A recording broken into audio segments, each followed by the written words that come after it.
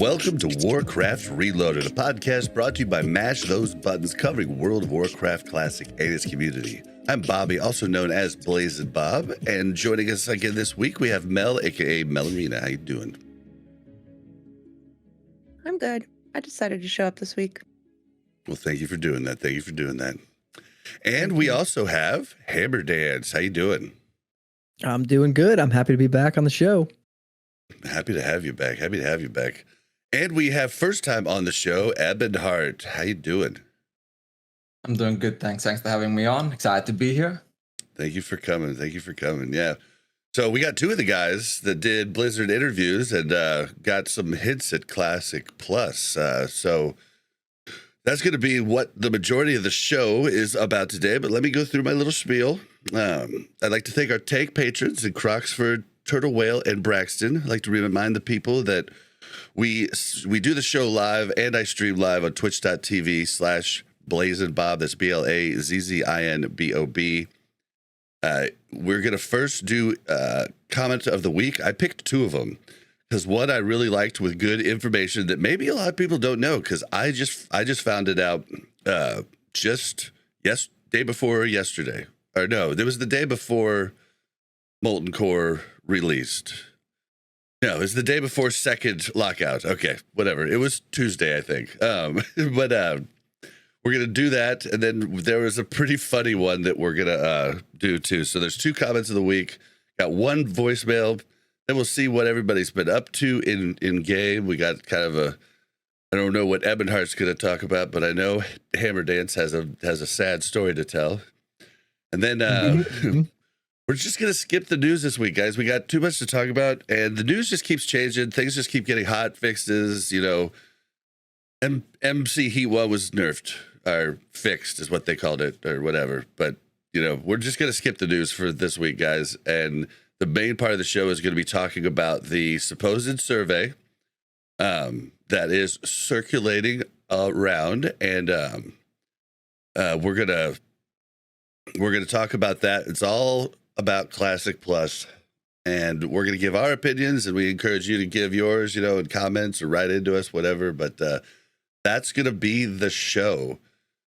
So with that being said, Mel, do you want to read the first comment of the week? Sure. It's from PvP is 7 years old. He I think said it says 7, yo. I don't know. Well, you could take it either way, but he said a couple things you guys were talking about having a little lack of knowledge.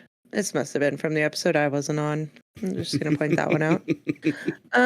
You can get easy Hydrax and Thorium rep from Searing Gorge daily quests. Also, you can't even make TF till BWL because of the mats required. There are a few other things, but overall, it's a great podcast. Good. So, first of all, I don't know what we were talking about Thunder Fury, but I believe we were talking about the bindings, which you can get now. But yeah, I think everybody on the show knew in the back of their head that it wasn't going to get crafted until BWL. So, so that was that. But I mean, that is good info for other people that might not know that you have to get. Forget what it is. You have to get like the items from the goblet or something. Or you have to mind control the goblet or something. Elementium ore. Yeah, you have to get the Elementium ore. That's what you need. You mind control the goblet for something. I can't remember what the heck it is, but whatever. Leave a comment. Let me know, guys. But about the dailies, I just found this out. I had no idea doing the dailies in the PvE event in Searing Gorge gives you like right at or right around 1,500 Hydraxian rep, which I wish I would have known this because I would have been doing it. Yep. People have been talking about that. Like everybody's like, I gotta get my dailies done. Like you just don't listen to people. And Well, I thought they were doing them for the currency, and I thought, well, I don't even want to look at that. I need all this other stuff. Like you have to pick and choose what you're gonna do. I didn't know that was a bonus on top of the currency you get for that stuff. Mhm. So I didn't do them on my Alliance rogue. I'm doing them on this rogue though. Yeah, I do it for the gold mostly. It's 50G per day. It's not much, but I mean, yeah, well, there's a good gold tip right now. That boss that no one ever does in BRD. Someone told me, I haven't confirmed, but someone told me that it's a for sure Libram of resilience drop every time. The Flame Gore guy or whatever. Looks like one of the Major Domo healer snakes, but he's way down in the bottom past the Grim Guzzler. But Oh yeah, yep, Right. yep. no one ever seems to go to him. Supposedly now he drops a for sure Libram of resilience. So supposedly a few people have been getting rich doing that 2-man or solo and stuff. So interesting. Wow, but I did not know that. I'll try it out. Confirm that. I got 3 Librams of resilience that dropped in one full BRD last night. 3. Wow. wow. I And now, made, well, I know one of them now. I guess was 100% chance, but that was a pretty big run. I made a small fortune. So Hammer's gonna loan me some money, is what I just heard. I think. I about a month ago bought 6 Librams of resilience for 2 gold each, 12 gold total, and then the day before raid came out, the day before they increased the drop chance, I sold all 6 of them. Lowest one was 220, highest one was 280, so it was around 1,500 gold out of 12 gold. Oh, wow. And And I'm now they're always back down to broke. like 60 or something like that. Yeah, I sold mine when they were like 30 gold because I'm always broke. And I was like, oh, 30 gold. That's pretty good. And Bobby was like, I told you to save it. I was like, I don't remember that. Well, thank you for your comment. And you want to read the next one, Mel? This was pretty funny. It's from Evengar von Saladar. It says, Bob, quotes, I think the one-shot mechanics are a great idea. Blizzard, quotes, we hear you, Bob, immediately removes the one-shot mechanic. This was about the fire resist. And I just said, I like it. I like the fact that it makes greedy raiders that would possibly choose to use less fire resistance to get a higher parse, but make the job on the raid harder. I liked that it would force them to not be able to do that. Yep. Nobody else really agreed with my point. Like they didn't like it, but it was pretty funny that they kind of changed it. They didn't get rid of it though. They just gave you a little time leeway for if you're, and that's only if you're 30 or less below the cap. So 66 or higher. But yeah, for like 2. But so it's not really completely gone, but you have a little more leeway if you get blown out of range of your totems and stuff. But what do you guys like? How do you feel about the fire res stuff and the pretty much hard cap? I personally think, I mean, I guess it really is one of the only ways to do this right in Classic, right? To make difficulties based around resistance without adding like completely new mechanics and things like that. My only gripe with it, and I'll be honest, is that I don't know how good it feels to, farm your entire 0.5 set and then not be able to use it. Like if you're trying to do Heat 3 or anything like that, I feel like there could be maybe another way to do this, but I'm not a developer, right? So I don't know. Why did they put fire res on the 0.5 set just less than Right. You know what I mean? Yeah. And that's my point, right? So taking that set, like we knew going into this, everyone was going to farm that set, right? So knowing that, maybe having half of your set should have been almost enough. Maybe you equip a trinket or something like the fire extinguisher trinket. Should have been almost enough for heat level 2, in my opinion. And then if you followed through and did the entire quest line, spent all that gold, spent all the time, I mean, it's a long chain. That's not a quick thing. That full 8-piece 0.5 set in my opinion, have been almost enough to get you into Heat 3. And like I said, maybe adding a trinket or a ring or a cape here and there. I just don't really understand what, like, so if you can never really do Heat 3 without that amount of fire resist, right? What is it, 226 or what is the exact number? It's 226. If you can't really ever run it without that, what is really the point of half of the stuff you acquire? I do agree with that. I do think is right that the Heat. I do like the adding a kind of a hardcore mode or soft version of it, at least in this sense. It was cool. But I do agree that having all that 0.5 grind should have been rewarded to at least let you get into Heat level 2 at a bare minimum. So like having a trinket or a ring, just like you said, like the Hydraxian ring was 25 resistance, then you could get your 8-piece or your 4-piece should be enough to get you into having that grind and having no reward for it, essentially having to take it all off to put, if you want to do Heat level 3 at least. Yeah. Shitty greens on, at least for week 1. Now you can craft stuff and all that. But it did feel kind of wasted or kind of like a, Really you did all this effort, just keep it in your bags now. It's Not only that, you're taking off that set, right? So you're used to pumping and doing all this crazy damage. You're replacing it with gear that takes away half your stats. So like, I just don't really know how that's supposed to feel good. But Listen, this is Blizzard's way of being like, you guys are too sweaty.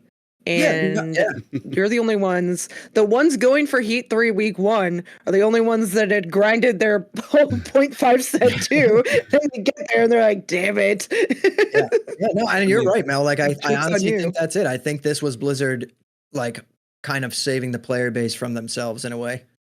Because reality, tier 1, you get enough, like you have fire resist on all your tier 1, right? So I think their thought process was probably like, you get your 0.5 set, you go into Heat 1, and then you get gear, you go into Heat 2, right? So like keep people entertained, because the people that go into Heat 3 day 1 are going to be doing Molten Core for a really long time in Heat 3, right? So like I think the progression of it in their mind is probably why they didn't put it on the 0.5 set.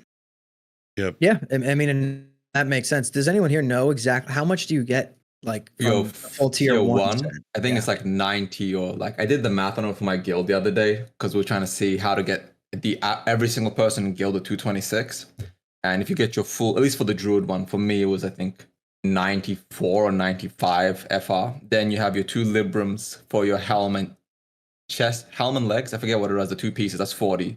Then your ring. Then your fire resistance cape.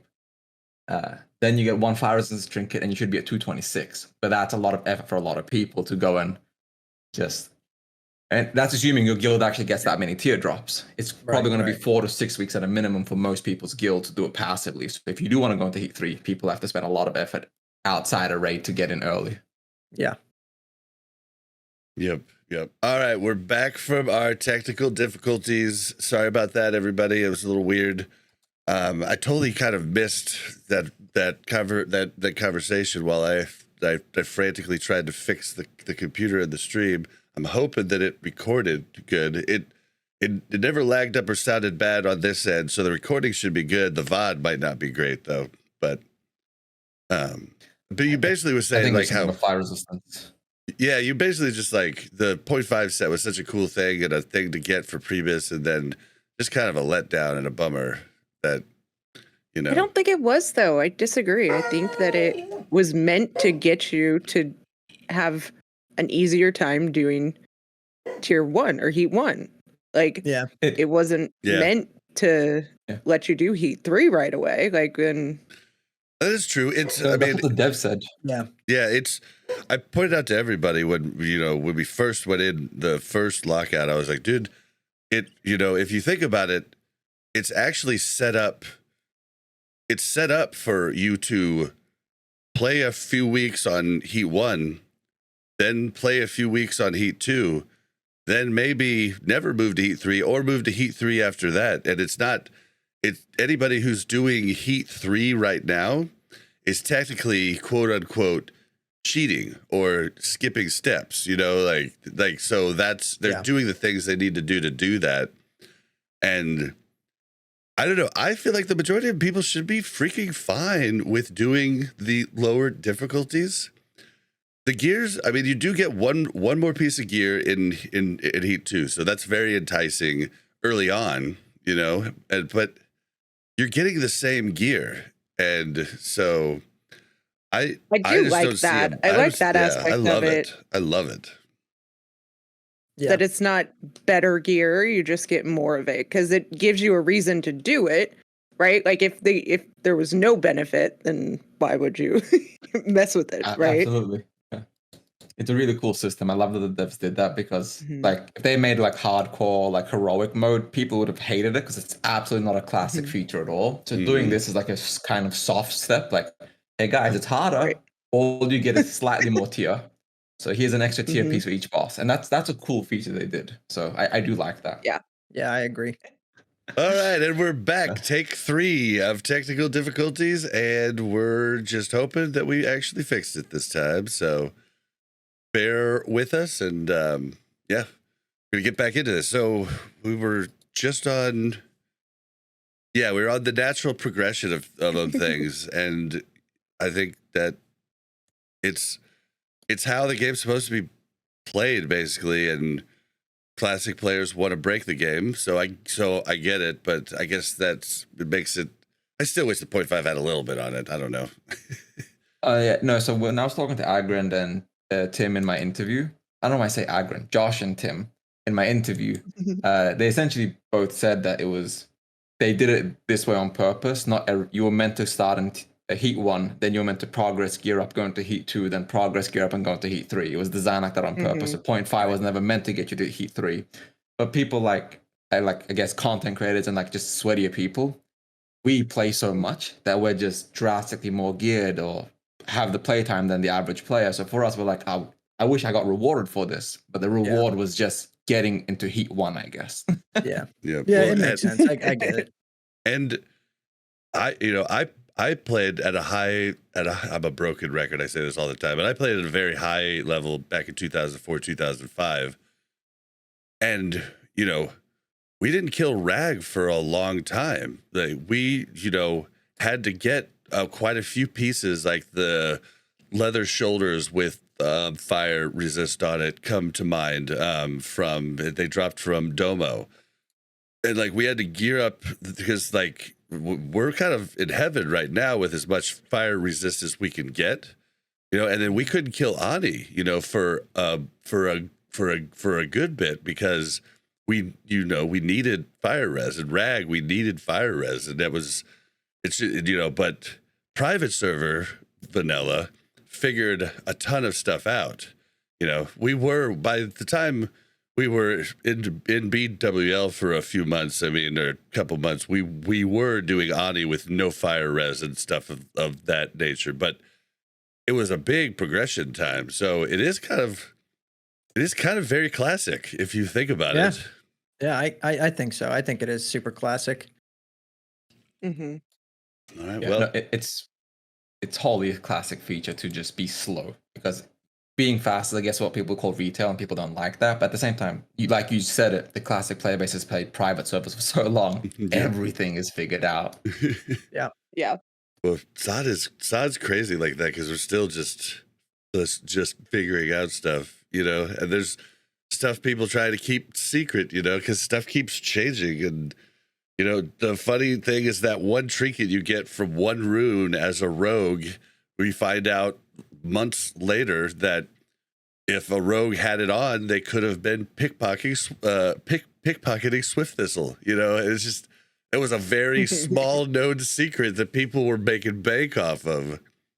So there's, I don't know if it was you or Josh, or either of you or Josh, that asked if there's anything that hasn't been figured out, but they didn't know. They're like, I don't know. Probably. If they didn't know, they wouldn't say it. Just Easter eggs everywhere. All right, well, let's do this voicemail. And if you guys want to leave a voicemail, the number is 816-866-1066 or speakpipe.com/Warcraft Reloaded. So let's check out this voicemail. Hey, Bob and Mel, and whoever's the guest this week. This is Gypso. And I'm sure everyone's heard about the survey that's been passed around, and if it's real or not, who knows? But it has been sparked a lot of conversation. And one of the things that I think, I don't know, might be pretty contentious. And personally, I am generally a pretty firm classic Andy, but the current UI is something I actually would like, oddly enough. And I would hope that it would be, just how Bob likes that little toggleable with the old UI. Because I Damn just straight. use ElvUI. And I would rather just not have to have another add-on that freaks out every time we have a new patch. And I would rather just use whatever Blizzard gives us. And I feel like the stuff that the Dragonflight one isn't that bad. And I was using it throughout Dragonflight when I was leveling. I just don't like, the content in Dragonflight. So, what do you guys think about that? Maybe that's a little bit too far, but, I feel like if it's toggleable with the old one, and I don't know, maybe it just being there is just too much for people. But maybe I'd just be too sick of ElvUI at that point. I'm just kind of want something that Blizzard gives us. All right. See you guys. Bye. All right. So for anybody who doesn't know what he's talking about, toggleable, everything. I'm a big fan of everything that changes stuff. That it should always be toggleable to toggle it on. Toggleable? I don't know how to say it. You should be able to toggle things on and off, like the new guild feature. We shouldn't have had to make a weak order to take us back. We should have been able to toggle that on and off. They were starting to do that in Wrath. Maybe it takes a lot more than I know to make that happen, but it is a great feature to be able to toggle. Like you could, I said, Kata, transmog should have been a toggle, like these different things you should be able to toggle. So I think I don't know how you guys feel about the UI, but I did think the UI was pretty easy in Dragonflight. It didn't bother me, and it would be nice to not have to use another add-on, that breaks. And and the toggle thing would just be great for people that love the little dragons down there, whatever they are. Can Blizzard just make Addy bags in the game so that I can have it back? You know what I'm saying? I will say I agree. I get what he's saying. I do think that having at least people have the option between the classic and the retail UI would be a good thing. I'm not saying I'd like the professionals tab or things like that, but the retail UI, you can turn off everything, turn on everything, you can move everything around. Essentially Alv UI, but built into the game. And I use Alv UI. Like I've been playing with it for 15 years at this point, and like I can't go back to the regular UI, but on Dragonflight or in like Mop Remix and the War Within beta and whatnot, I can actually use the regular UI and comfortably play it without feeling like it's shitty. So if we had the option, you let people click choose. built in and stuff. Well, like they have a lot built into the retail UI. And I hear ElvUI, I don't use it, but I hear that it takes up a lot of resources. Like it's a huge add-on and strain on your CPU, because WoW's weird where it uses way more of the CPU and like doesn't utilize the GPU well at all. From what I understand, I could be wrong on that. Yeah, ElvUI is pretty heavy resource wise on your PC, but like as another ElvUI user, playing Dragonflight is very doable without ElvUI. And essentially, the Dragonflight UI is just like an updated version of the classic UI, where they just made it so that you can mod it, right? You can just move everything where you want, and it still looks like it fits. Are the dragon things still there? Because a lot of people are weird like dragons, those. but there is there's like a little. I'm pretty sure there's two little graphics down there. I don't know if they're dragons. Yeah, on the side of the bar, the little dragon. I thought, I think they're dragons. I don't know what they are, because I've used Dominoes for so long, I forget what they look like. Yeah, but I'd be all for that. But like you said, it would be nice for the other players that would want to toggle it off. Yeah, I don't know if that's hard to do. Make it so that you could toggle between a new and old UI. But if Yeah. the The thing that UI, I I look think, back, would be challenging. I Maybe. think they could have like a skin that would be like the skin of the old UI, right? Like, I think that's probably more realistic. But I think also people just hate change in general. And well, if the community anything can, like the outroar of the guild tab, like, I yeah, get it. It was annoying, but like, oh, come on, people. it's absolutely like horrible. It's absolutely horrible. But like, first You're off, on the ridiculous. guild tab, they could have just had both. You know, like those both could have Yep. been in. And like, there is some things that are better on the guild tab, but there's a lot of things I really, really miss. And so, but if the community can make a week aura in a day to revert us back to the old guild, I think Blizzard can throw in a toggle. That's kind of where I'm at. But you might be onto something with the UI that might be much more intense. So I don't know. It's Yeah. hard. It's I also. think. Oh, sorry, Go ahead. All I I was was just gonna gonna say say. sorry, go ahead. You go. I'll use mine very quick. I was just gonna say I do think that people enjoy the fact of being able to utilize the UI that they want to, and not being forced into a UI that isn't the one that they like, right? So the benefits that we get from the classic experience UI is that you can download so many different add-ons that make it exactly the way that you want it. And so I don't know if, there's going to be percentage of people mad no matter what you do, but I think allowing add-ons kind of makes it so that everybody can customize their own. Yep. Agreed. All right. Yeah, Well, I agree. thank you for No, your you have to let voicemail. EbonHardt talk. Remember? Oh, he was gonna. Yeah, you were gonna say something. Yeah.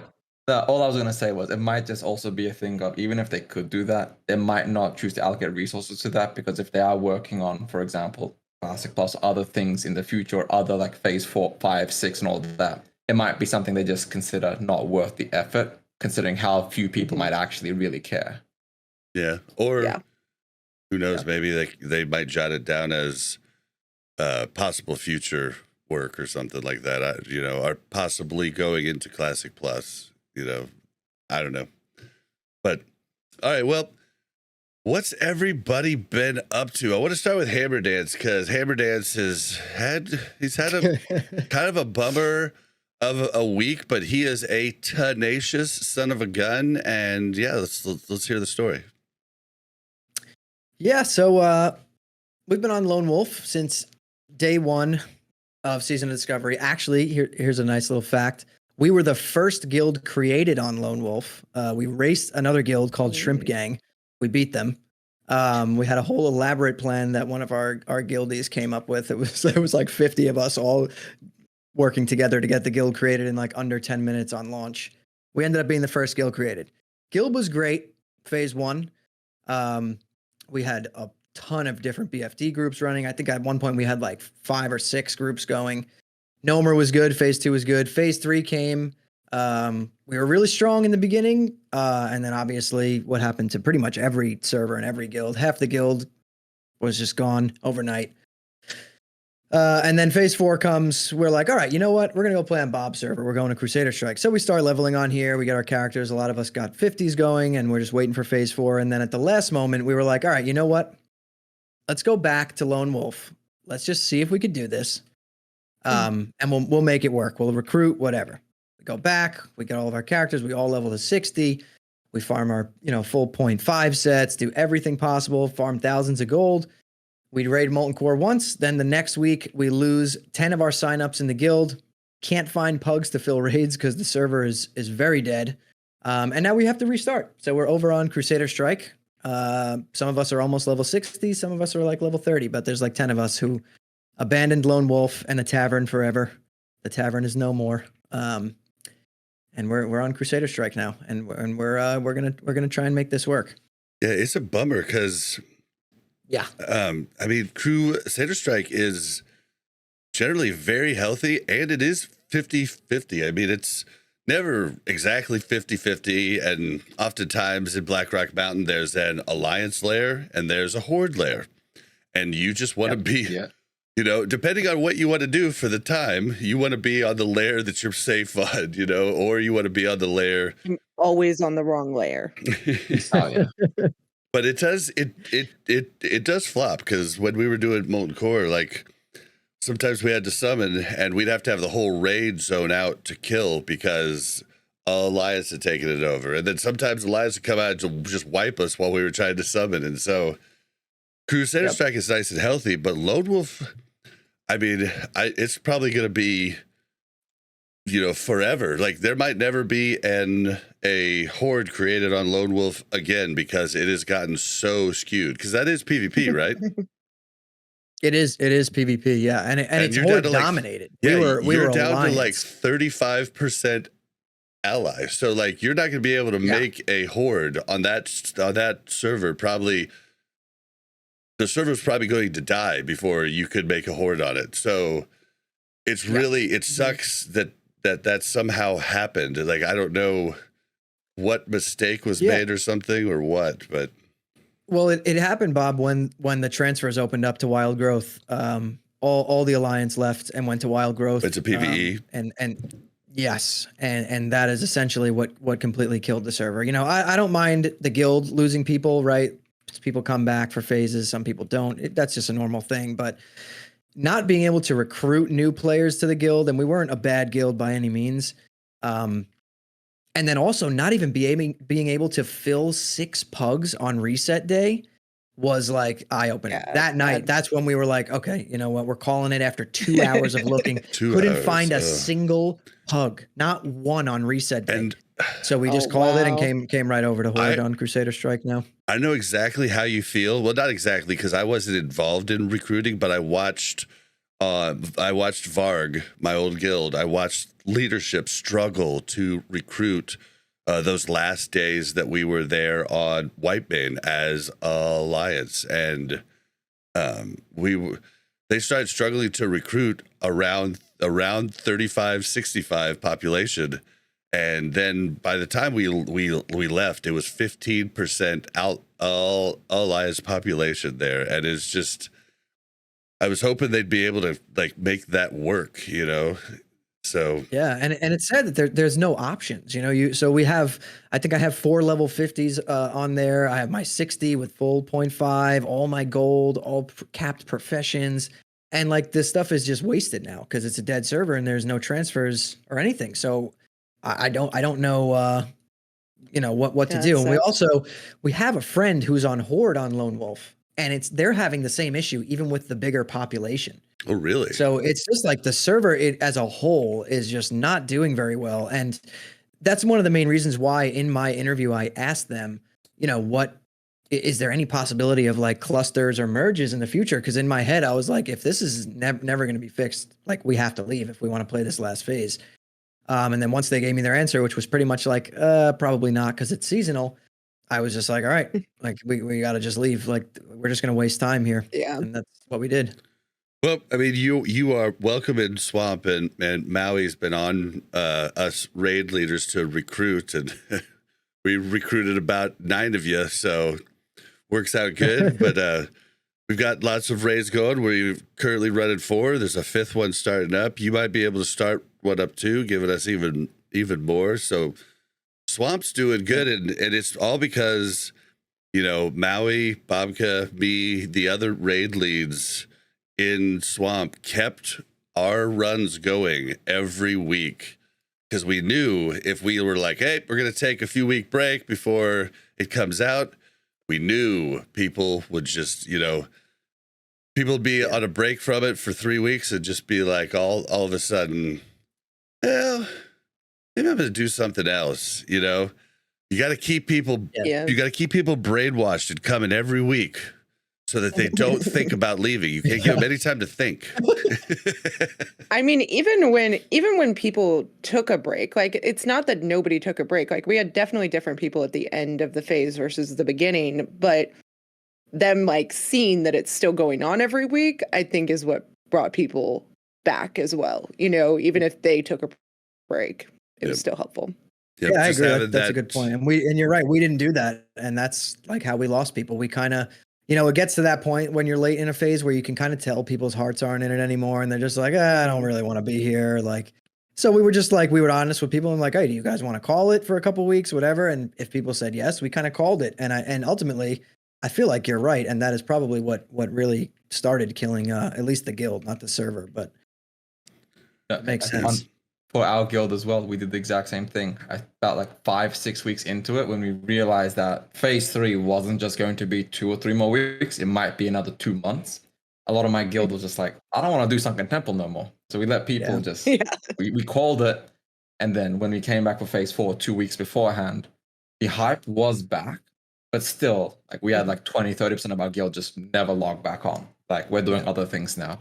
Yep. And I mean, we did recruit quite a bit during phase 3, and I'm betting that those were people that, you know, left other guilds that took a break, you know, and they were probably planning in their head to go back, but then they see that we're regular, our raid leads are keeping the raids going every week. I even found a way to keep mine going for 2 different weeks when I was on vacation. You know, I have officers and stuff that help out and do everything, and so we were able to keep it going, and people see that type of, what's the word I'm looking for? The type of commitment, but just dedication, repetition. The fact, I don't know, consistency. Yeah, they see that and they're like, well, you know what? I think I'm just going to stay here. You know, and so absolutely. Even if they liked your guild more and, you know, and don't like this one, they're just like, I want to make sure I'm able to do this, and I don't want to pug, and I don't, you know. So it ends up, I think we got a lot of people from those types of guilds. Well, I think it's a lot easier to keep a swamp going than it is a smaller guild, right? Because that has one raid. We had enough like backup people that could sign up for the raids that, you know, were allowed our other members to still take breaks, right? Whereas if you've got just about the right amount of people to put a raid together, then you're like forcing them to stay to please the few that want to stay. You know what I mean? So that's much harder. I feel like we did go, I mean, small. So like there, what? Oh, you just like blonked out. Oh, cut out for a little bit. Yeah. You're better now. Yeah. Well, I was just saying, like in phase 1, I think we had like 20 plus raids going, right? And now we have 5. Well, it was 10 minutes. I know they're larger. But hold on, though. About 8 to 10 of those 20 raids in the beginning were GDKPs. And I'll go back to the same thing. That's fair. Guilds might have been saved. You know, I don't like GDKPs, but guilds might have been saved, and people might have stayed in those guilds that were taking a break if GDKPs were out there, because they would be like, all right, well, I still want to raid, so I'll just do GDKPs, make some cash for consumes for when all of my guild gets back, but they were forced to go find something else. So I don't know, tinfoil hat, but I think GDKPs have hurt SOD quite, or not having them have hurt SOD quite a bit with how everybody's got used to this. I know, hate like saying that. I hate it too. I hate it. I personally know like 10 or more people that aren't even playing because there are no GDKPs. Same. Like, just as much as I hate GDKPs, I think they're bad for the game's health. For Season of Discovery in particular, if there had been GDKPs, I don't think there would have been a drastic drop off in players. Yep. Because a lot of people just like raiding, especially when they're getting gold for it, or just sitting there and being able to pump and being paid to pump. Yes, exactly. So, I mean, to put it in perspective for you guys, the week leading up to phase 4, Cheesebags just looked it up. We had 460 Alliance players logged on Ironforge Pro. The week leading up to P4, like less than 500 people. Yeah, it was pretty bad. Although the numbers are looking good, the first ones are in for the first Molten Core raid, the short week. It was like almost 80K, so looking good. Looking like it's getting back to healthy. I'd like to see that double again. We get to 160, I'd feel good. I'd feel like both Kata and SOD are very healthy then at the moment, if that would happen. Coexist, yeah. Absolutely. Then they shouldn't be like enemies. Like it's the same dev team. It's the Yeah. same.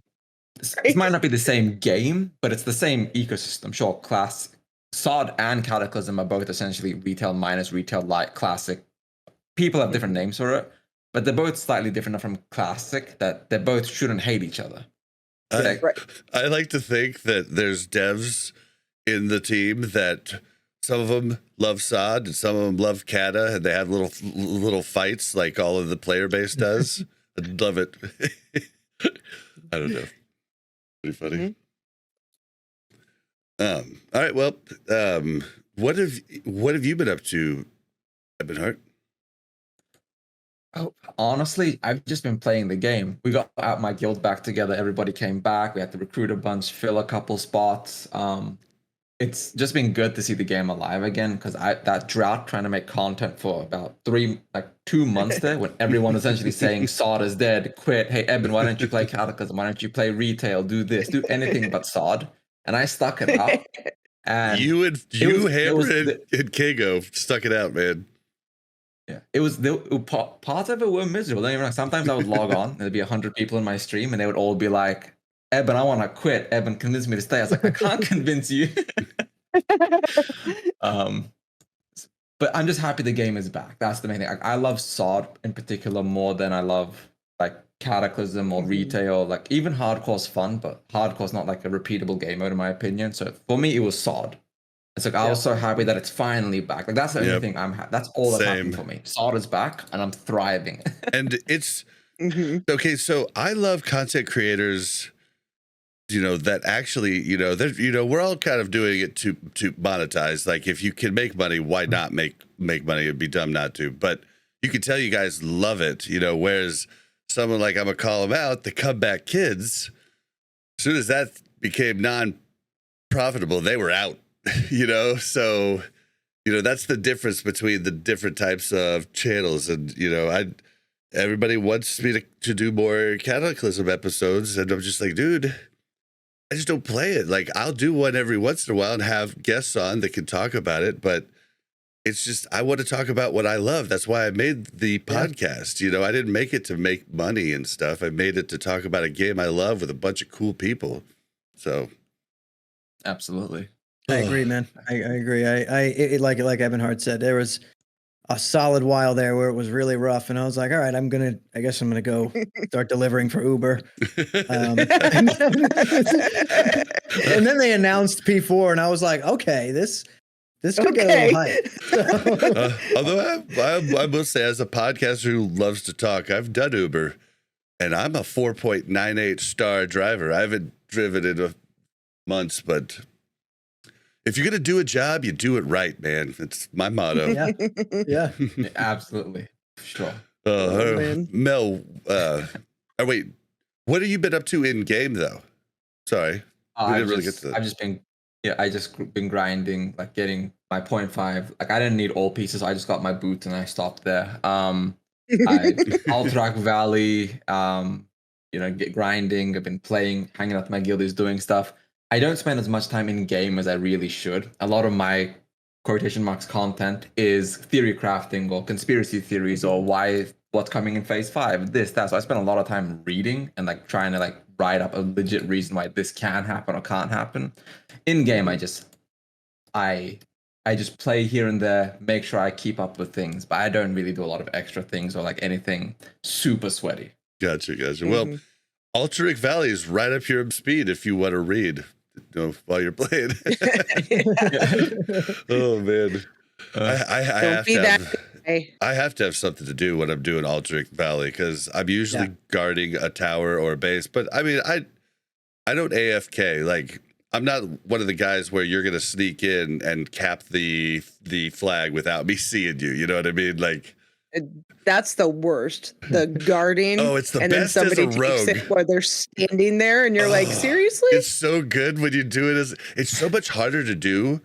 I found like I was all Alliance forever, and ninja capping guarded bases was so much easier because of the walls and stuff where the flag's at.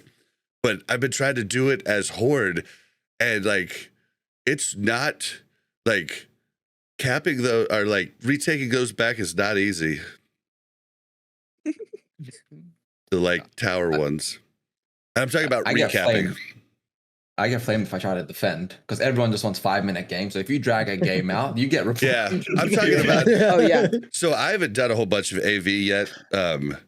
So I like here, but the little bit I did do, the meta of that week was capping at least 2 towers. So I don't know what it's swapped to now, but back in Wrath, no, it's a Wrath, rush. it was Isn't it always 2 Rush? towers and it's then rush take. unless I'm currently stuck in a no hit your own turtle game. So And I'm no hit Jerome's just having a good old time going, hey. Yeah, he With waits for me. He goes, "I'm so sorry." I love Jerome. We gotta get him back on. Every time I ask him, he's like busy. It's a bummer. I love turtling games, but people hate it. Like I'll do a 50-minute AB. Well, you can't anymore, but like I will drag out to the last minute on Warsong Gulch AB whatnot. I did I think it was a 3-hour Warsong Gulch in phase 2 because I refused to give up. But again, that's very campus. You shouldn't really do that to people. But like I don't like losing. Yeah. Like Bobby is the opposite. Bobby, like we get down 1 flag and he's like, everybody just stay at the graveyard. Nobody move. And I'm like, what? We're not that far behind. He's like, it's not worth our time. Just stay at the graveyard. Don't even res. I was like, Okay, you're talking about phase 1 doing Warsong Gulch and going up against another pre-made. It was just kind of like, it was BM to keep going. Like the whole understanding was we're trying to get stuff. We're going to fight hard. Whoever gets the first cap, then you go, you know, like. I know. It But just they like would goes against farm you everything for like I honor. believe. If you resed at the graveyard, they would just farm you for honor. Yep. Like if you're a pug or something, like. So not resing was the meta to not get farmed for an hour. So. Oh, for sure. It happens so often that you just get camped in your graveyard. But I'm a druid and I can play druid really well, except because I've been playing druid for 13 years. So I can keep a game hostage. I try not to, but I can. That's great. Well, Mel, what have you been up to? Oh, well, I was traveling earlier in the week, so I didn't do anything. And then I did not farm the rest of my tier 0.5 set. That's because I'm broke, and Bob already gave me a ton of money. And I think I've got like 3 pieces of tier 1 already, so it's like, I don't need that anyways. Also, healing's kind of boring. I think we've been bringing too many healers. Because literally, as a priest, I feel like all I do is dispel and palm. Like, this is literally my job right now. And I'm not kidding you.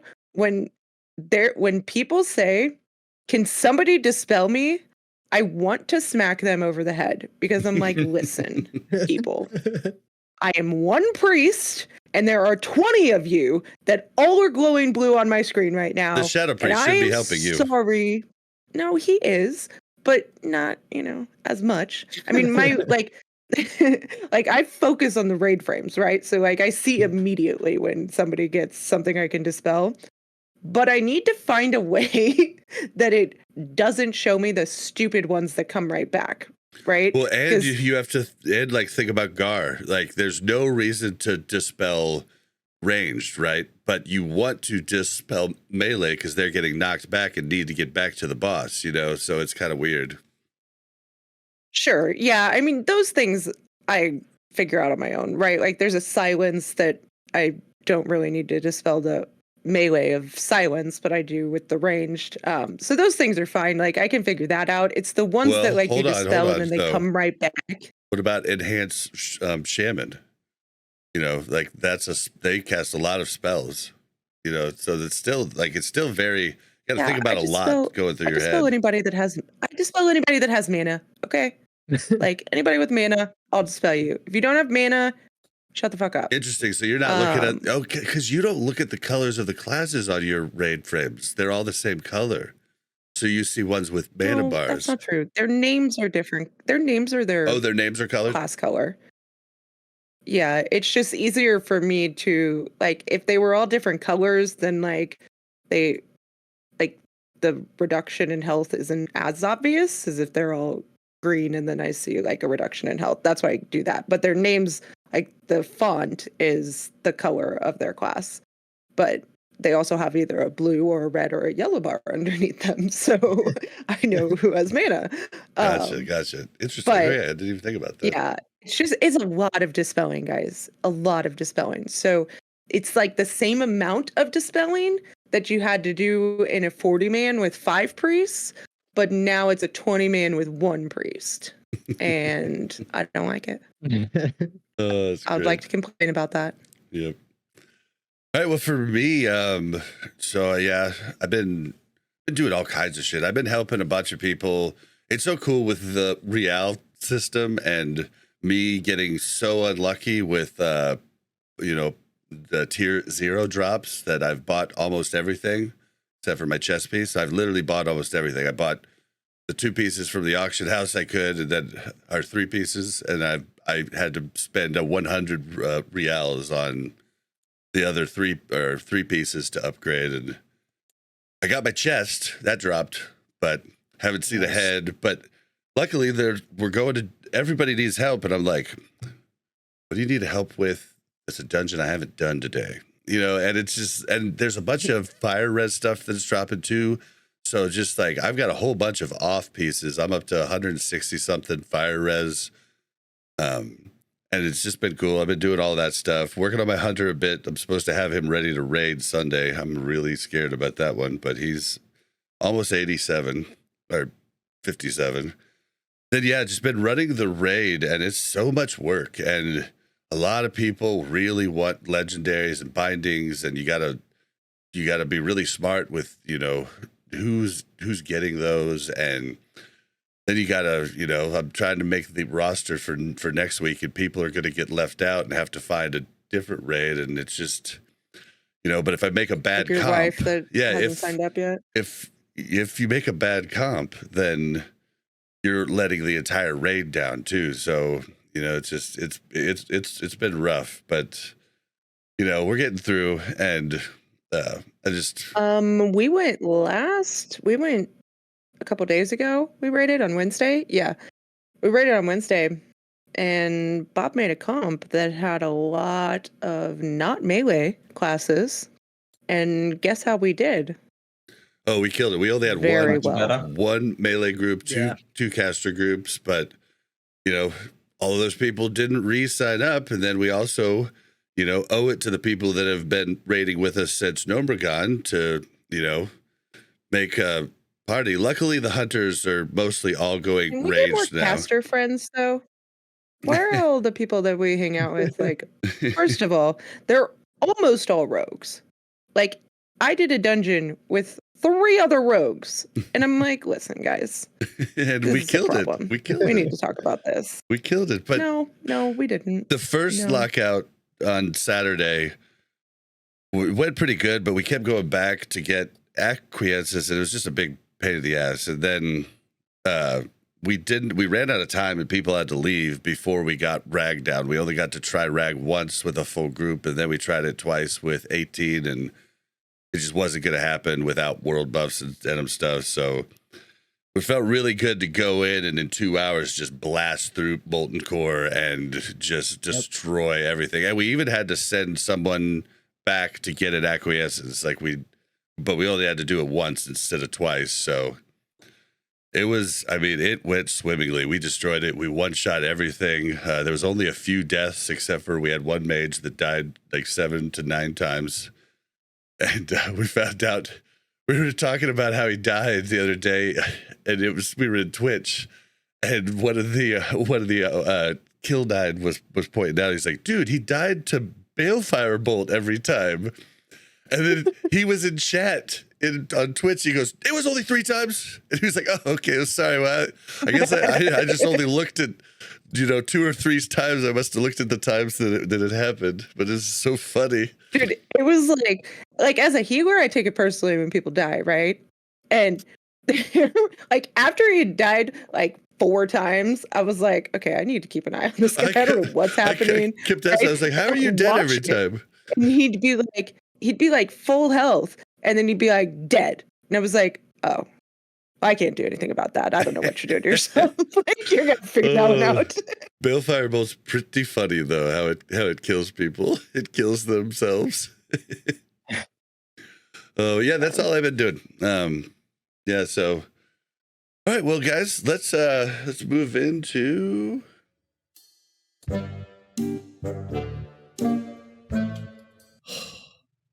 Bobby, I like the sound. we need to effects. have a talk about this World of Warcraft Classic. Do I look like I know what a WoW token is? all right. So the supposed survey went out, and everybody, we don't know if it's real or not, but I will tell you, I need to check my email more often and search for Blizzard Space Survey, because on one of my accounts, I had one come in on June 20th, and I clicked it, and it said, we are no longer taking responses. So I couldn't even see if it was this one or confirm or deny, which sucks. Also, if I did click it, I probably couldn't tell you without hinting that it was confirm or deny, because you do click a thing. I've taken it before. You do click a thing that where you swear to not say like anything. So if I had seen it, I wouldn't be able to cover it right now. But since we don't know if it's real or not, we're covering it. All right, so so we're gonna jump into these and just kind of go over them and give our thoughts. And we encourage you guys to write into us. WCRreloaded@gmail.com, or leave comments in the comments section, or leave a comment on Spotify, because I think you can do that now. I've gotten some at least, so you should be able to. All right, so let's just jump into the first one: new or unexplored storylines and lore. What do you guys think? 100% yes. Yeah, absolutely. Like, it's more of a, if they don't do that, it wouldn't be Classic Plus. Yep. So like that, it's essentially a must-have feature. Whether the survey is real or not, like that's just the basic thing that Classic Plus needs. Because then it would just be Classic Fresh without it. Correct. Yep. Yeah. So to even go on top of that, now I do agree with you, but how? So like, would it be to where we could actually interact with Arthas or things of that nature without going to Northrend? Type things of that nature. You know what I mean? Like, could they expand and just never go to TBC? There's so much to do in just Classic alone. Like, I can just list off right now: Grimbatal, Hyjal, Uldum, and Gilneas, Southern Quel'Thalas. Is Uldum right there? Is Uldum right there It's east down of in Felwood? Tenaris. Oh, Tenaris. No, it's the gate in Tenaris. It's So Mount, Uldum was meant to be in Classic. Yeah, It was one Mount of the OG Hyjal things they designed. is the one that's that huge Mount area Hyjal's. Yeah. right to the right of Felwood. Okay. Yeah, there is a ton. Wow, you just named off a bunch. I'm not a big lore guy, There's so I even don't more. know. Yeah. I just scratched the surface. Like I said, a lot of my content is conspiracy theory shit about what can happen. And without even touching TBC or Northrend or anything past that, there's like 17 at a bare minimum phases they could do in just Classic without making new things. Yeah. I recently watched the Warcraft movie. Again, after forever. It's a good movie. Holds up. It is a great movie. But that's I how liked it. There was lore that I hadn't even thought about that was in there. That's why I mentioned it. For anybody at home, I think I watched it on Netflix, so you should check it out. It held up better than you would think. But sorry, I interrupted you. Oh no! Like I said, there's just so much. Like Karazhan Crypt's Tower, they're both finished in game, fully explorable. Karazhan Tower just didn't make it in time. After Nax, it was always meant to be Karazhan, but they just made TBC and remastered the tower. Yep. So there's just so much they can do that on a default they should never have to touch, like TBC or Northrend. They can eventually after 10 years. I mean, but like 5 years, 10 years. Just in Classic itself, there's so much to do. I don't want to just keep talking because I could just speak hours on all the things. And I honestly, this is something that just occurred to me, like, you know, it's taken years for me to come up with this, but I I really don't like the expansions, even TBC and Wrath. And it's not that I don't like the content in them. I don't like the fact that everything changed. I feel that old school Northrend mats should have been used in every, they could have used the new mats too, right? But you have to use old mats too to try to keep the old world relevant. You have to use, everything changes. You use all new stuff, and then there's no reason to go anywhere but that new continent. And that's what I really don't want for classic. I just don't like that jumping to the new small area. And I used to think I thought I liked flying until the end of TBC when I realized North was right, and I don't like flying. I don't like TBC. I like Wrath, but I don't like TBC for the lore reasons. But like again, I don't want to go on a rant. Yeah, I do agree with you. I love Classic's world. Yep. I just want to be in Classic's world. Yes, same. For me, the TBC thing is just like I like sci-fi, but I'm not a really big fan of sci-fi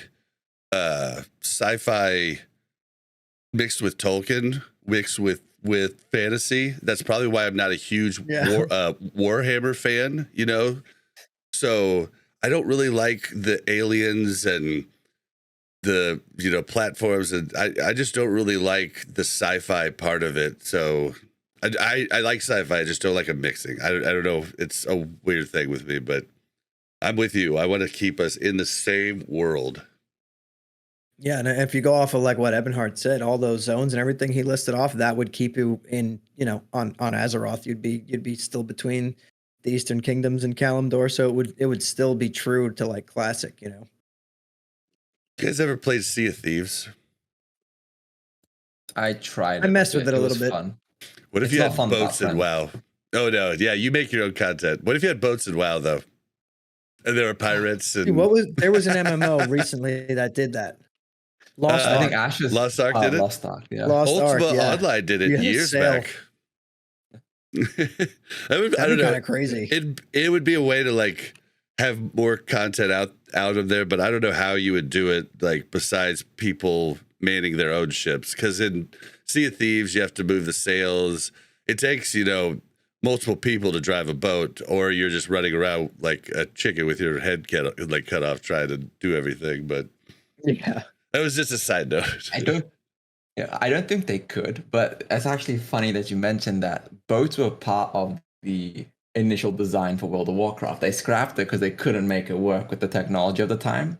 But you were meant to be able to have a boat you could traverse the seas with. That's why there's some random islands and some random little like bosses and creatures out in the deep sea. Really? I didn't know You're actually that. meant to be able to go there.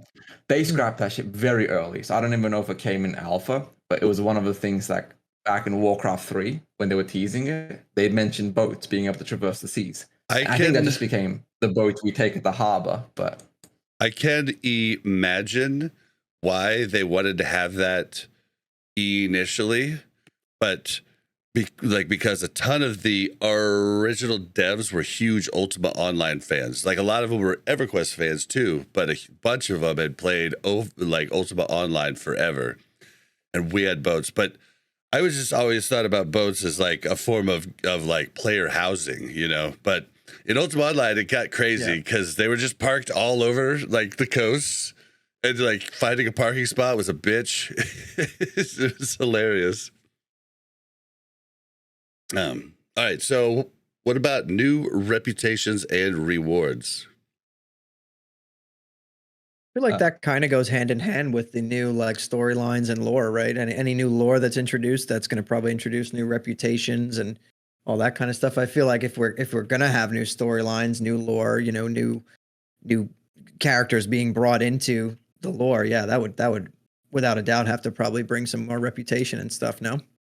Yeah, absolutely. Yeah. I just based on some of the locations, like the wizard reputation in TBC, they bring Karazhan, they could just bring that back pretty easily. Just shoehorn that in. If they're doing Hyjal, there can be two different Furbolg factions, one siding with the Horde, one siding with the Alliance. There's Gilneas, the Forsaken Vanguard versus the Kingdom of Gilneas for Alliance. So like there's so many ways you can just shoehorn a reputation that feels natural.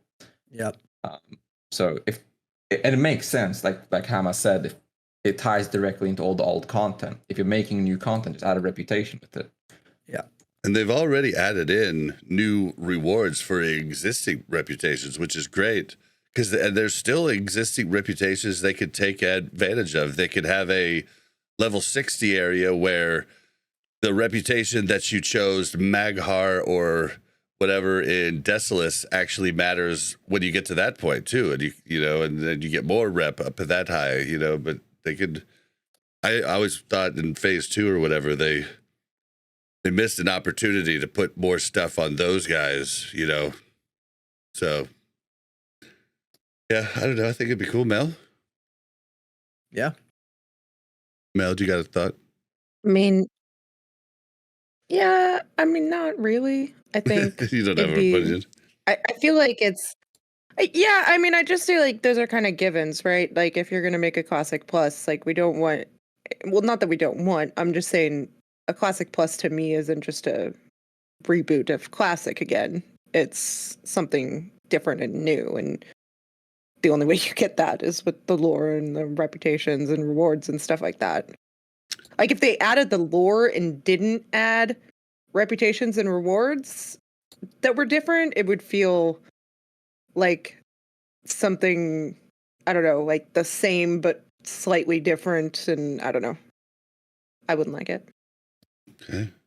What about reimagined raids and dungeons? Like, reimagined sounds like to me, like, I don't know. I always thought it would be great for us to have level 60 versions of all of the prior dungeons too.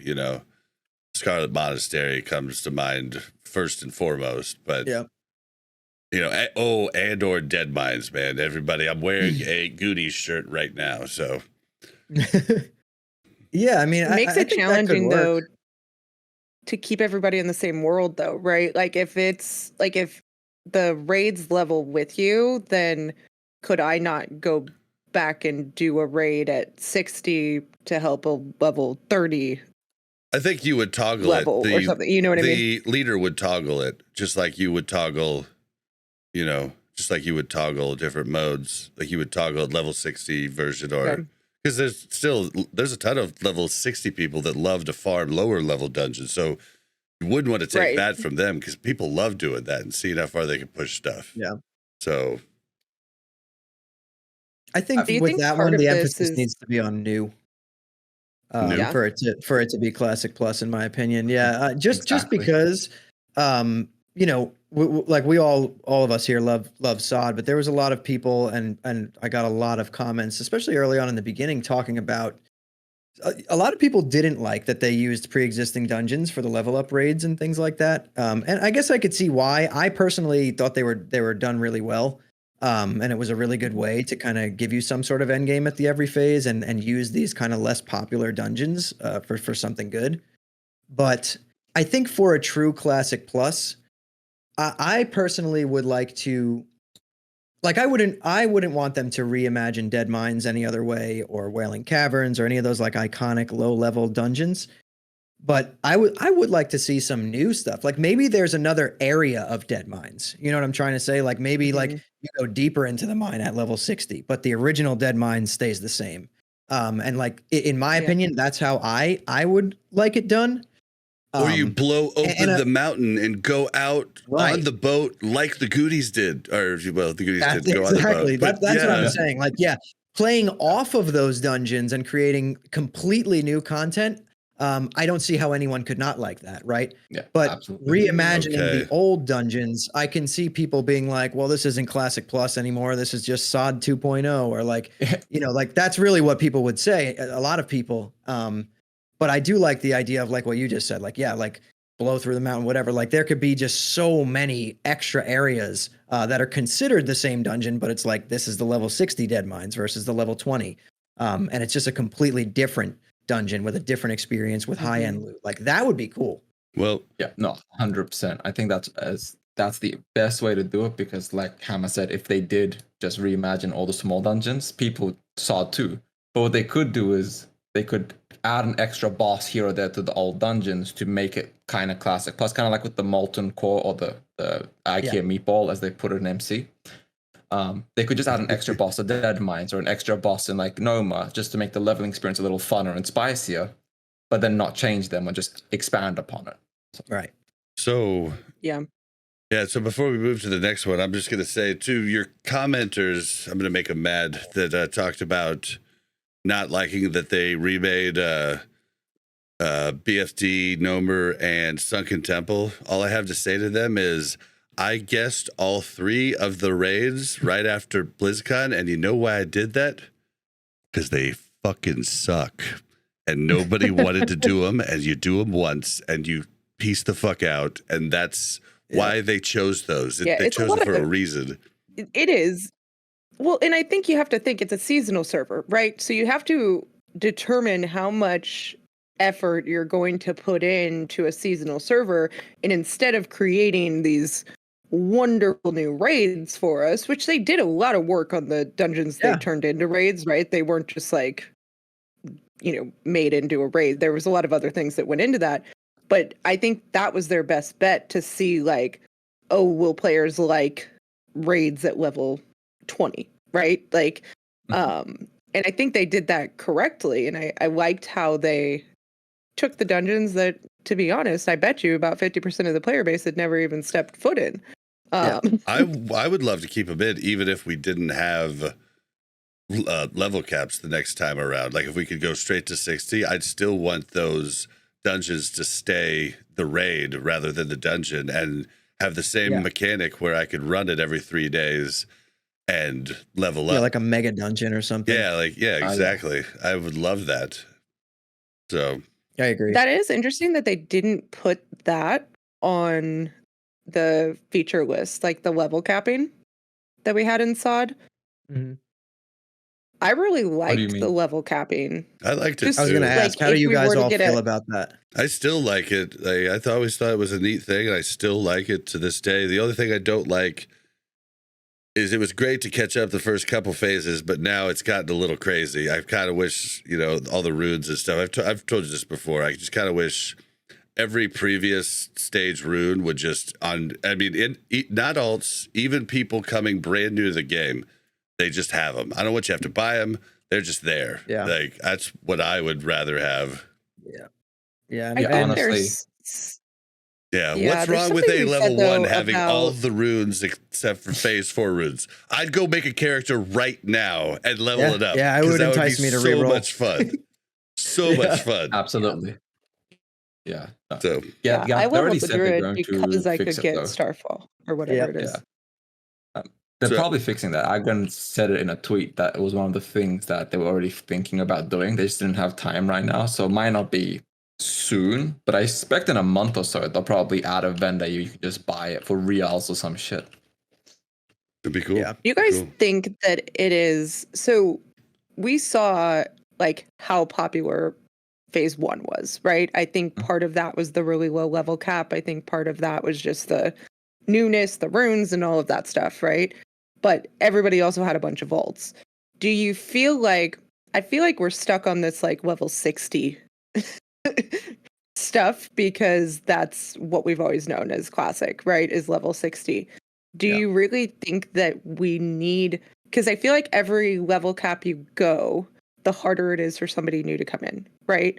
The harder it is to reroll an alt. The harder it is to do everything else. And what, like, would it be less fun if 30 was the highest level that you could get and new content just kept coming out? I see what you're saying, but like a lot of the classic player base has this mindset that classic should be kind of grindy and kind of slightly boring and take time. So if they made it too easy, like level 30 is the cap, I think a lot of classic players would probably just be like, this is retail light, I'm not playing this. Or so you're saying just never go past 30? Just always, like, that's the end of the game, end game right there.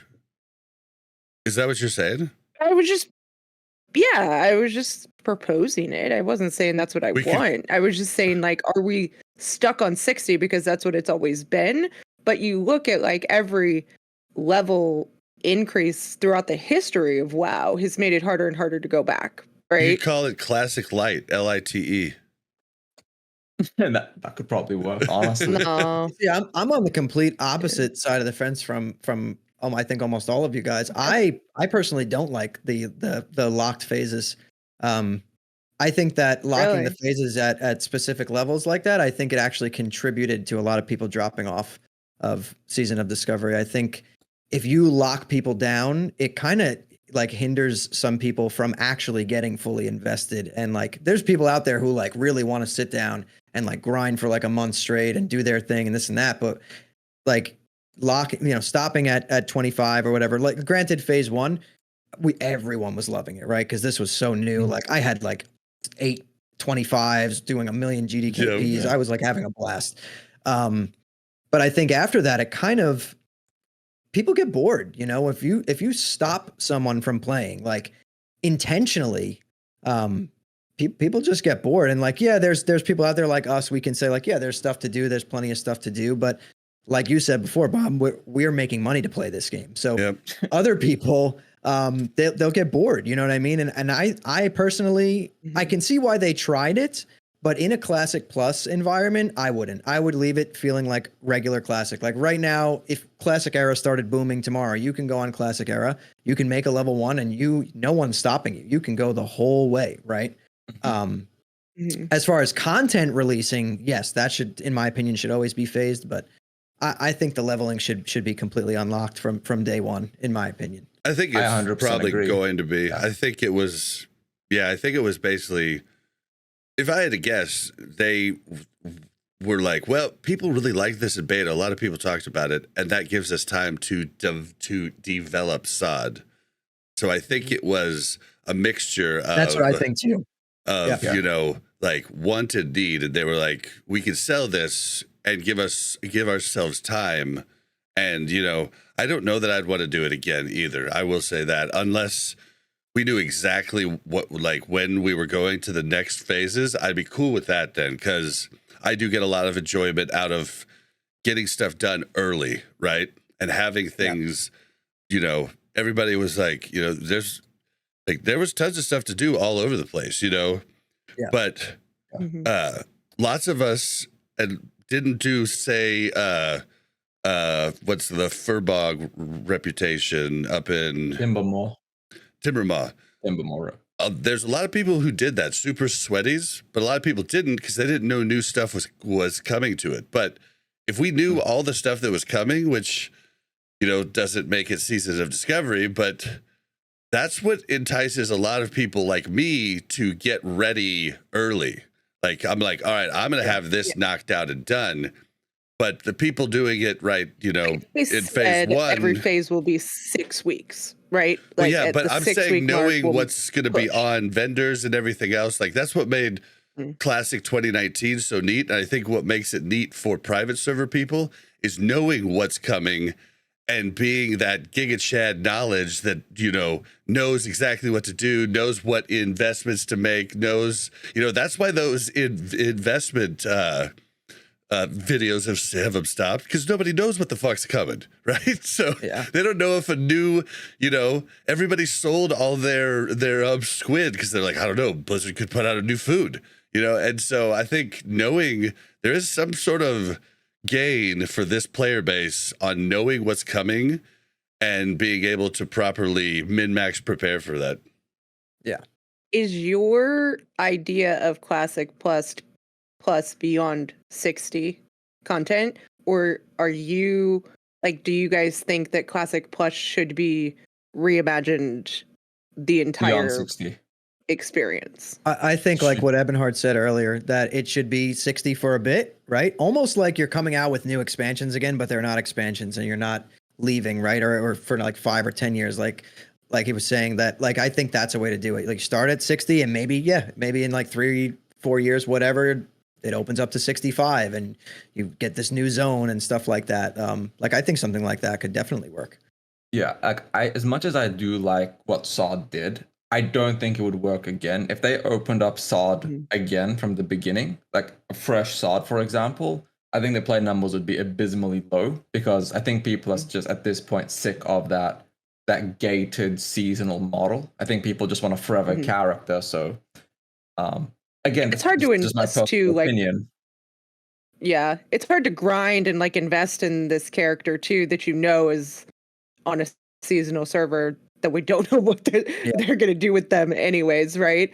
And not that like you'll invest in like things that will help you right now, but you're not going to sit there and farm so you have like a ton of gold that you don't know if you're going to get to use or keep or whatnot, you know? I mean, it all dies off somewhere. I've got, over 500,000 gold sitting on Cataclysm, just loses value as I'm not sitting there investing it or anything. So, but there's something to be said about that, Mel. Gold to my side character. Because if you guys think back to 2019 Classic, right? Like part of that, like why it was so good, and like even towards the end of like why it was so hyped before we even got a TBC announcement, was the fact that people like thought it was coming, right? And people knew it was coming. Other people were like, "Oh, is it coming?" Like that was like cool. Kind of like Bob said, you know what's coming next, even though we really didn't know, but some people did know.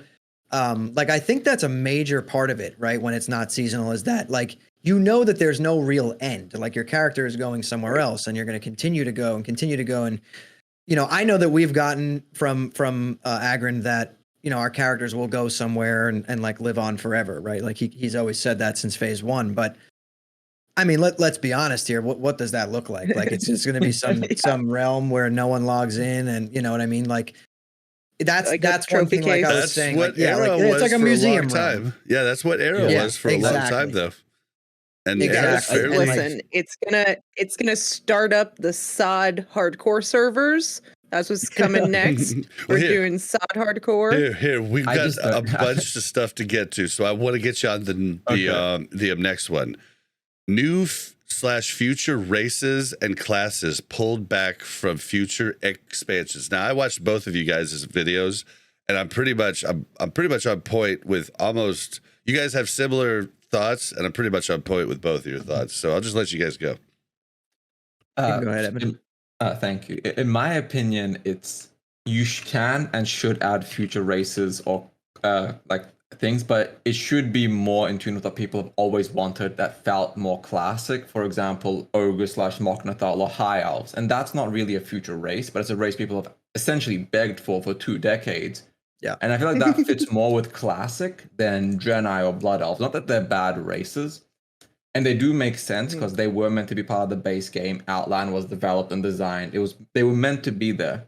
But that feels TBC, or it feels like a different version of Classic than what Classic is. So I don't mind them being new races, but they should be more in line with, I think, like ogres, high elves, things like even goblins or worgen, like things that are in world that you see and experience.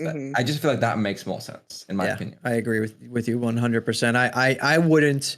While I actually love TBC, and it's probably my favorite expansion after vanilla. You're right. I wouldn't want Draenei to be in a Classic Plus. I don't think it fits really well, even if it was designed already. It just we've played TBC, so it would make it feel too much like Burning Crusade, right? Exactly. Like, yeah, like high elves, and I think ogres would be sick. Issue. Yeah. Is if they want to make a Classic Plus, they need to make new, because I think the most criticism about SOD is that it was a lot. The runes were all just abilities that were in future expansions for the most part. There were some new ones, right? But that was like a big criticism of it, which I understand why they did it. And I think that, they should have given me fucking Mass to spell, but whatever. We'll leave that one for another day. Book of Shadows, please. I know.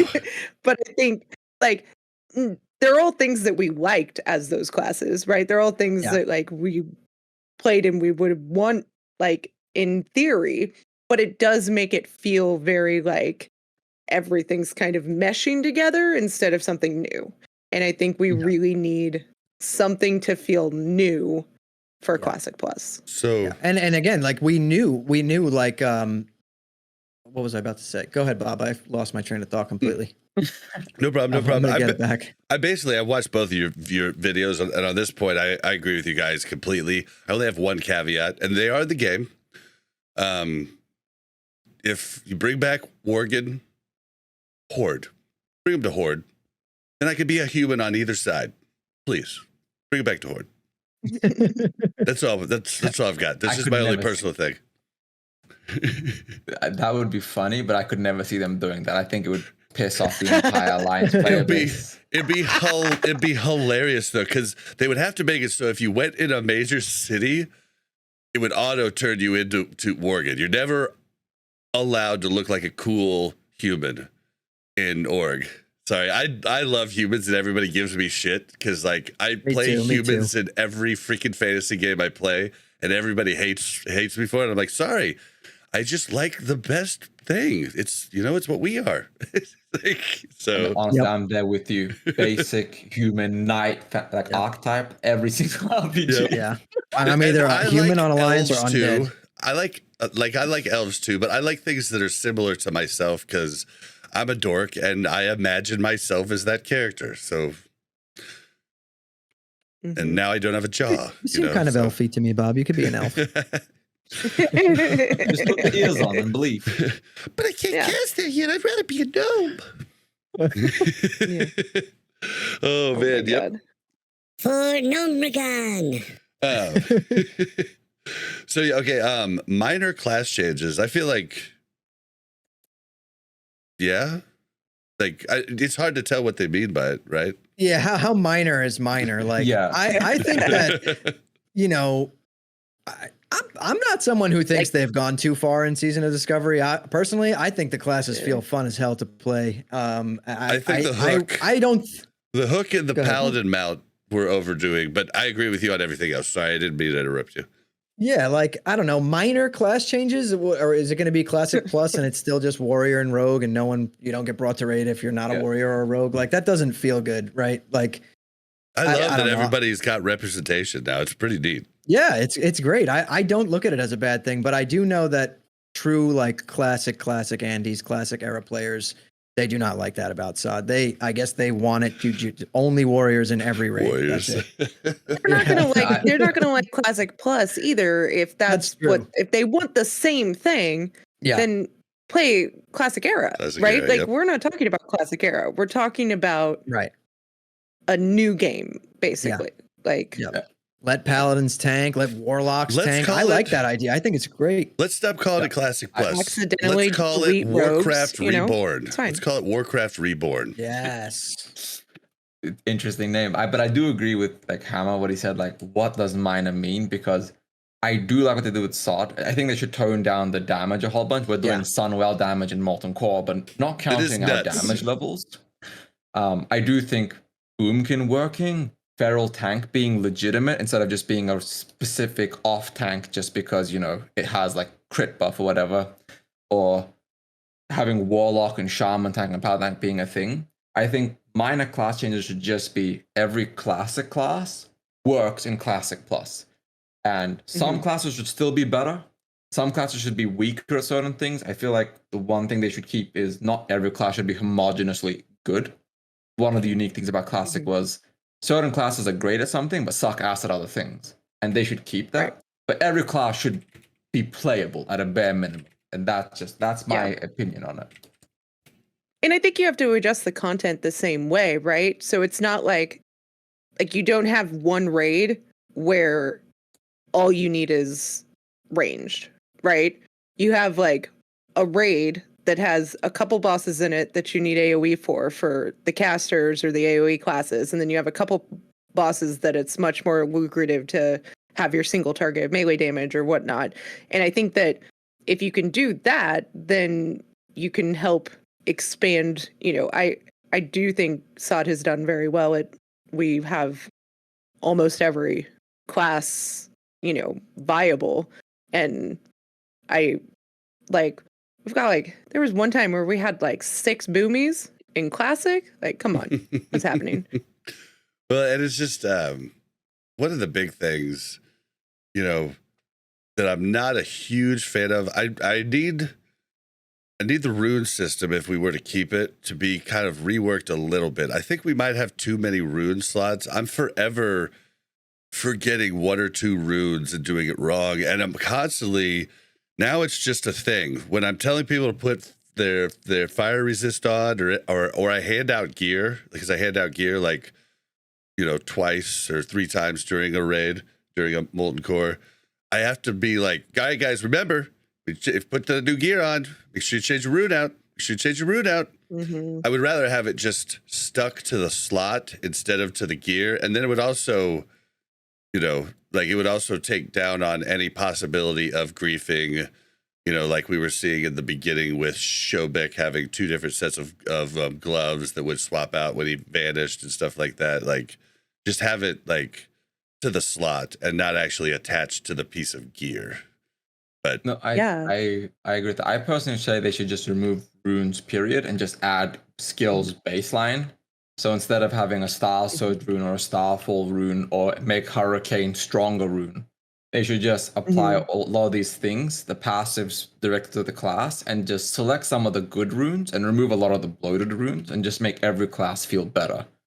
I feel like the rune system was cool, but I feel like it's kind of overstayed its welcome, having to make sure you always have the right gear equipped, the right runes put on, make sure when you're swapping your sets, like you said, everything is correctly done.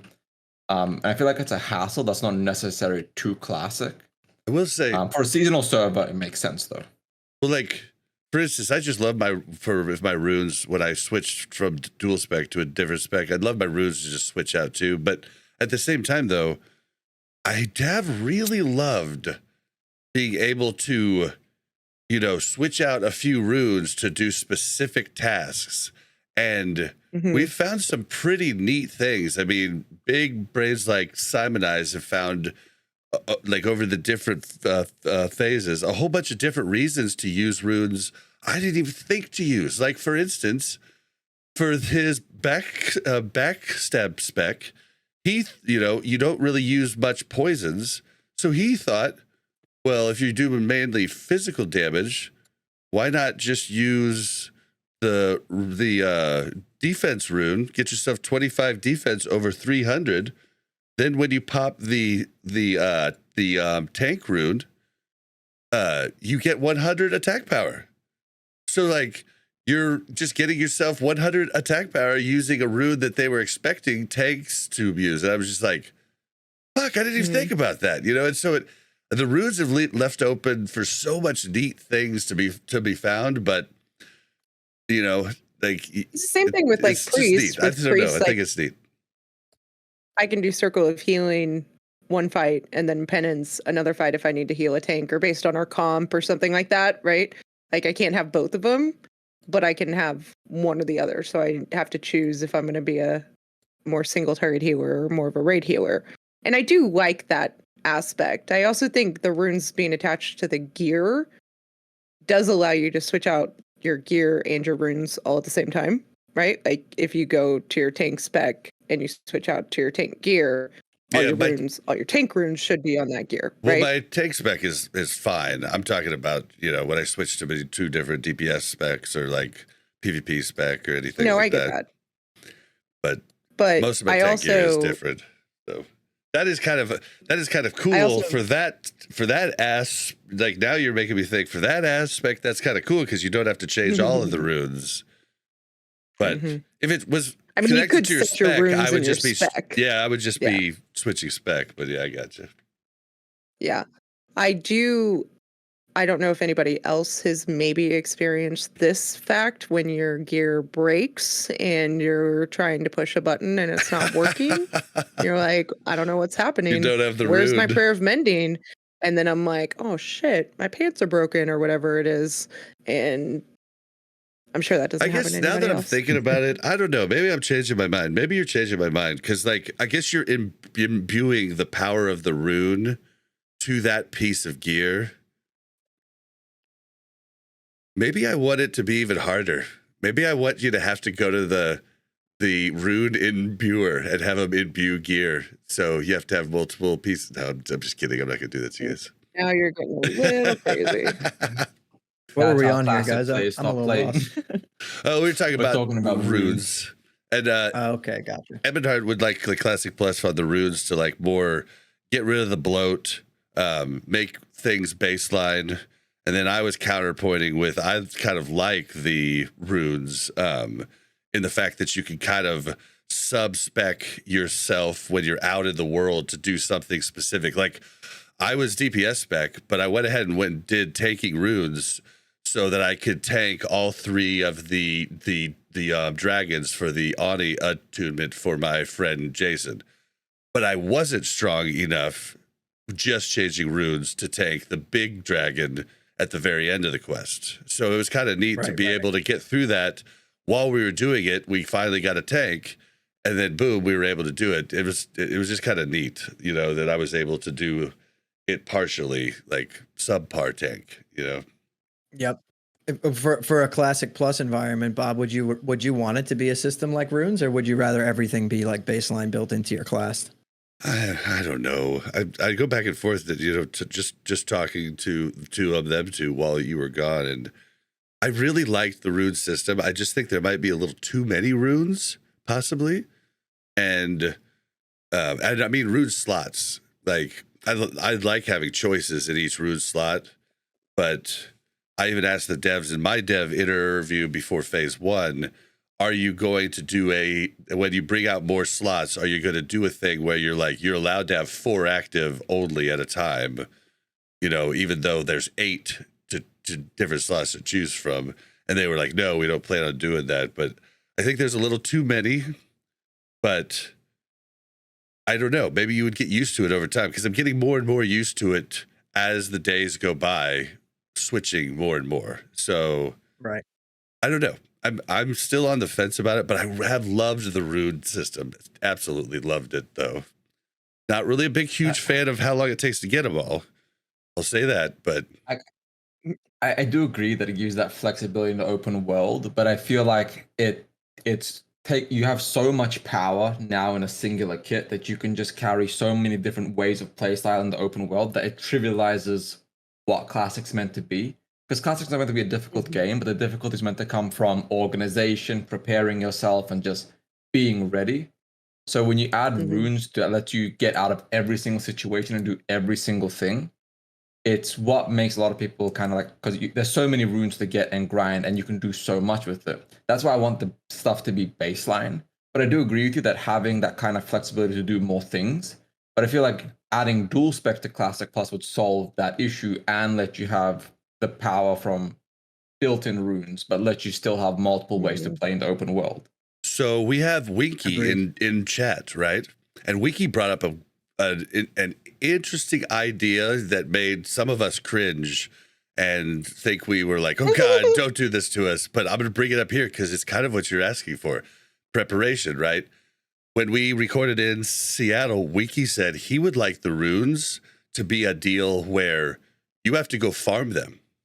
And when you put a rune on a piece of gear, it either cannot be changed out until you put something else on it, and then it copies over it, just like, say, a gem would.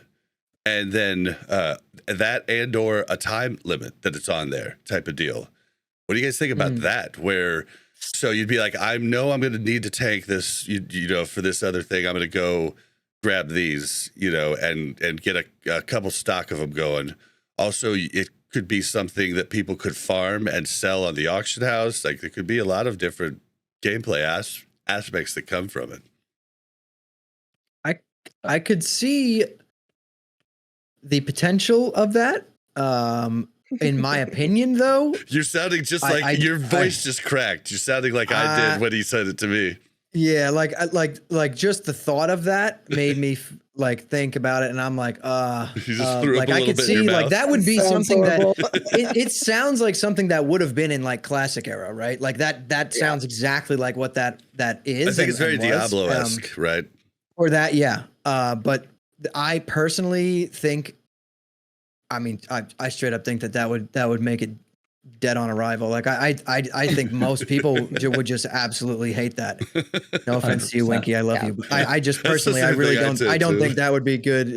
good. But for you the talked health of the about- game. 89% of the people. You talked about Yeah. grinding and, you know, that type of steel. So I thought, yeah, maybe. But then maybe if you're the type of player that doesn't want to have that type of versatility, if you get it once, it stays on that piece of gear. But then have to go get it for each piece of gear. Holy shit. Yeah, here's what I think. That also would create such an insane, like, think about the classic player base nowadays. All that really would do is create just an insane amount of gatekeeping that, like, most people would never be able to go to the raid if they don't have 20 hours a week to farm this specific DPS rune that they need. Like, really, and I think that's ultimately what would happen. And you'd have people being like glyphs that were he's farmable, not wrong. right?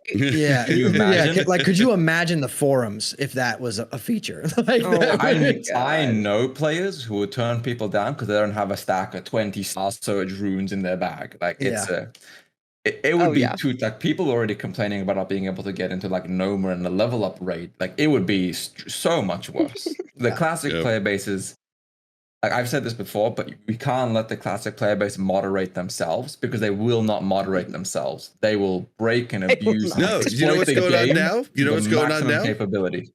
Sardako made a great video about it. He was like, hey, I used to make money on GDKP, so I've been brainstorming, and this is gross, but this is what I'm doing. He made the point that hard res is the new GDKP. He thought to himself, oh, maybe I could do Anis and hard res the helm, but like have a set price that somebody pays me prior. And he was like, well, it still might be a gray area TOS, so I better not do that because I'd still be trading money for gear. But then he was like, why don't I just make Ani where I reserve all of the scales? And he was like, I sell those and I make, money. And he was like, I could take this further. Why don't I make a molten core where I res all of the mats? And then he made thousands of golds, If you want to do GDKP, it's kind of stupid, but it might actually work. You could just do a system where it's like a hard death roll buy-in, and then you only get to roll on the item if you paid into the death roll jackpot. So then only people that pay a certain amount can get in and roll on the item. And interesting. It's not the best situation, but like devs really don't want GDKP. They will ban you for it. Yep. and let's be real. Like, I know you guys don't like GDKP, but I did. Like, and it kept me playing through like dead parts of Burning Crusade Classic, Wrath Classic. Like, I got so much dopamine out of like just raiding on like 4 or 5 characters and just collecting all that gold. Like, it was like an actual feature for me. Yeah. Like, it was something I enjoyed to do in the game. Go ahead, Bob. No. I want to clarify before you finish. Just like, I don't like GDKPs because I don't like what it inherently does with gold buying. But in a perfect world, if gold buying was not a thing, I fucking love GDKP. I think it's great. Like, I think it's a really cool system. I agree with you 100%. If Blizzard would act like, this isn't the devs' fault, but if Blizzard, the corporation, would actually hire like 100 GMs to actively monitor the game, I would say that GDKPs happen. Because anyone that buys gold will get banned, and people could GDKP in an honest way. They could be remote staff. You could hire people in rural Kansas where you could pay them a fraction of what you pay someone in LA, and they would be happy and have a good life because the cost of living is so freaking low. But you're in California, the cost of living is freaking through the roof. Guys, honestly, Blizzard, move to Texas. I would take Indian GMs. Like, at this point, like, I don't give a shit. Hell yeah. I've got them for IT, so they're good at that. We'll take them. But do we really think that gold buying is fixed because there's no GDKPs? Like, No, I don't think so. You guys walk around, you see these people. I think it's Gold toned down, laundering, though. The amount. The laundering of the money is the amount of snag, money, right? Yeah, the amount of money is lower. That's what I do think. No, one of my guildies literally got a 2-week ban, like a week before Phase 4 came out, because he bought 2,000 gold. And like, he assumed that Blizzard wasn't paying attention. You got an insta ban, but people are buying certain amounts to kind of skirt the system because they don't track large amount. I mean, that's what I've heard from not devs, but I've heard that from customer service people that work at Blizzard, that it's like an amount. Yeah, like, I think if you buy multiple, so there's people buying like 10 100 golds. Yeah, like I'm saying, like I think you could probably skirt around the system, and if anybody's going to do it, the fucking classic player base is going to figure out a way to Yeah. exploit the system, right? That's why they don't share exactly what the like Processes. thresholds are and things like that. And yeah, I think they pay attention more at different times. Like prior to a new phase opening, I think they're looking at it with a fine-tuned comb. But then, SOD phase 3, when they were working on Kata, I bet you they're not paying attention at all, and only the automated stuff's grabbing people. That's just my guess. But Yeah. the number of people that said they got banned for no reason, I bet you 99% of those people buckled and just wouldn't admit it. Okay. Oh, yeah. Oh, We yeah, gotta move I know on. so many people.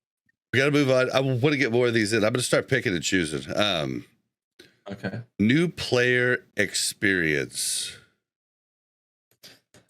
This So is hard. such a hard one. Do you want to It's the go first, hardest Hammer? one. Yeah, my take on this, which I put in my video, was that the new player experience for Classic, I know it's not the best, but I feel like that's part of it. I feel like that's what sucks you in, is that there's nothing holding your hand, right? Like, I mean, they could make it a little easier, right? By incorporating maybe like a built-in questy add-on to the game type of thing, like Cataclysm and beyond. But to change that experience, I don't know, because I think that, like, thinking back to when I first started playing like 20 years ago, that's like ultimately what sucked me in. I mean, at that point in time, I was like, 14 or whatever, and I would hit like level 10 and be like, all right, I beat the game. I'm making a new class now because I don't know what else to do. Well, and As soon as you leave Elwyn Forest, it it's like, all right, enticed well, you. now I have no clue. It enticed you to learn more, to find out more, to ask people, to be like, dude, do you know what this is? And Sod's kind of done that. Like, it's so funny because you'll be standing there and people are talking and saying, they're like, dude, isn't there a rune around here? I'm looking for the book. Do you know where the book's at? It's like, oh yeah, it's just right in the corner over here. Like, people actually are asking because, WoW has got all the info, but it's become bloated. Like, Wowhead gives me anxiety now trying to go look stuff up because it's so bloated with spoiler stuff and just everything. And so people just end up asking in guild or asking, rather than Googling. And it's kind of taken us back to that where people are actually asking for stuff, which is kind of neat. Yeah, I my opinion, I guess my final verdict on that is I would leave it alone. I mean, that experience when you first log in, like, for me, it was always human, like Elwyn Forest, like the music's playing and like, you're like, oh, I know these, 8 quests because it's all I do because I don't know how to play the game. And you just do that a million times when you're younger. And like, that sucked me in. It really did. And I think changing that and making it more like, what's it called in retail, Exiles Reach or whatever it is, like their starting zone that you can go to.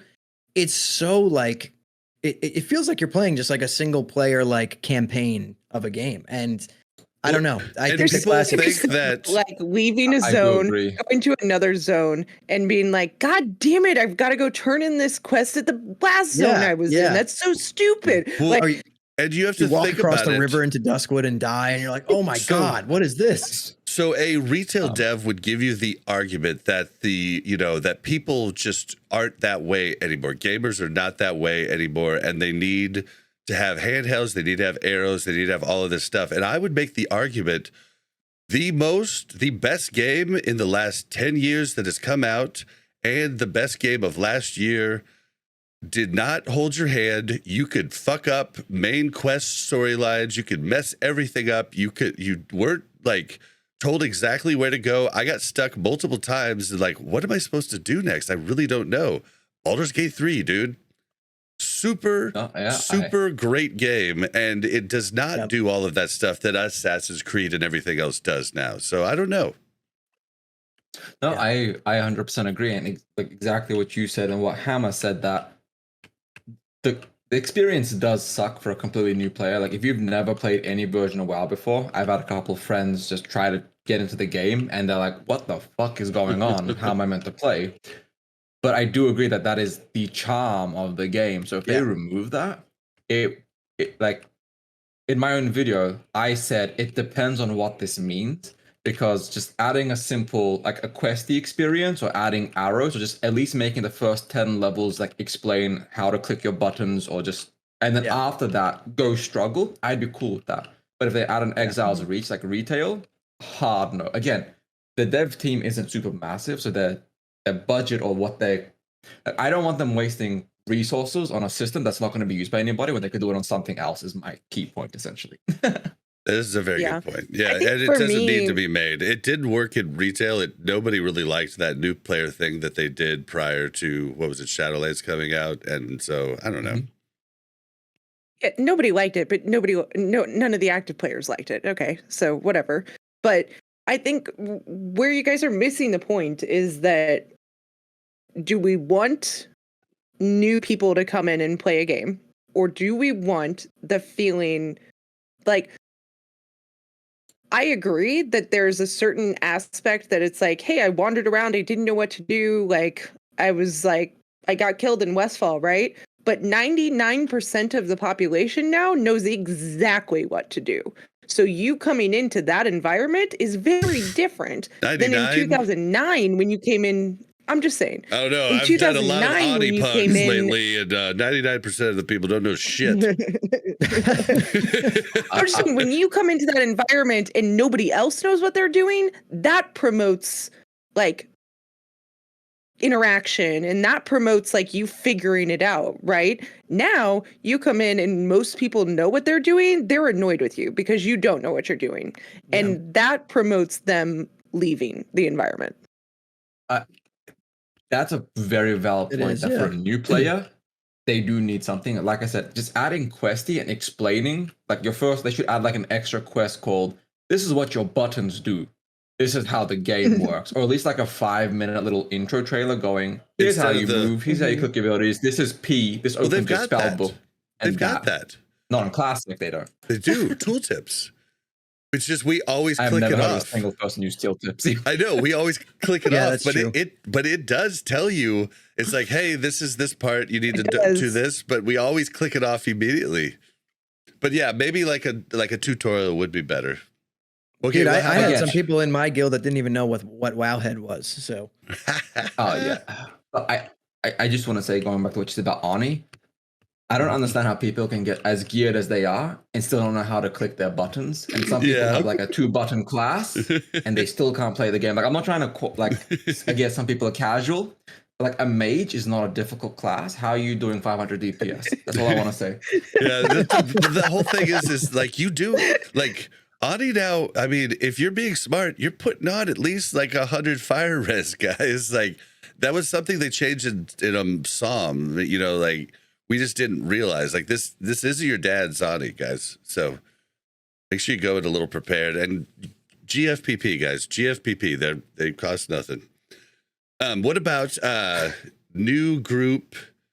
Or I don't want to do that one. Let's do ongoing class tuning and polish, which is basically what they've been doing. Are you okay? EbonHardt said a good one that I liked in his video. I don't want to quote you, but you said something to the tune of, if something gets overpowered, leave it and slowly buff other classes and let them slowly get nerfed over time rather than nerfing them. But I take it you do like ongoing class tuning rather than being like, this is what we're doing Absolutely. for the entire time. Yeah, so what I was trying to say was like, and I do mean that, it's just that in a lot of games, the knee-jerk reaction is, this is super strong, so I'm gonna gut you down to the ground. And the issue is, if you do that, a lot of the people that play the best class, the most elite, strongest class, will immediately jump ship. But if you let them stay strong and slowly let it get weaker, it stops like that constant jumping of like the meta shifting, and it lets the meta gradually change without letting there be a stale meta. Yeah. And so if they buff a class, so say we go into Classic Plus Phase 4 MC, Boomkin is the strongest. Don't nerf it to the ground. By Blackwing Lair, have other classes be equal, and by AQ, other classes be much stronger than us. yeah, But then just don't touch Boomkin, just let it get gradually weaker. But Yeah, that's that's a good my take. I opinion never on how heard to of that before. balance. Yeah, I had never heard of that either, and I loved it when I That is a good heard you, take, when yeah. I heard you say that. and then everyone's happy, right? You're not, those people that do get that hard instant nerf. That feels bad. You know what I mean? Like It one day does. you're In logged in any your top DPS, and now you're on the bottom of the meter. That feels horrible. And believe me, I played Warrior all of Season of Discovery. There's a reason I'm playing Rogue right now, and I know they'll pump eventually. But I just got sick and tired of being just washed in PvP and having to do so much more than every other class to do damage. And I was like, I'm not going to deal with this Phase 4 Warrior. I don't like it. I don't like the way it plays. Dude, It's too many buttons for my classic brain at this point. So. Rogue is so Yeah. weird right now because we're using both melee and caster consumes. Our best flask is 150 spell power. It's just like I gotta use all this bullshit. Oh my God, it's hilarious. But that's the reason we're pumping is because we can double dip buffs. Oh yeah. It's nice and it's fun to play. It's engaging playing Rogue. I love I'm it. having a great time with it. Tanking's hard, but Oh, sure. I only do it in dungeons. But it is hard. I wish you didn't have to activate your 6% crit immunity. Like everybody else just gets to have it. Like, why do I have to take an extra global? I have to do one global to throw the thing to get points, then activate it. That's 2 globals before I'm even really like engaging with the guys. So I don't know. Mm-hmm. Not a huge fan of that. And you have to use 2 runes. I tried it. I rather than wasn't one. a fan.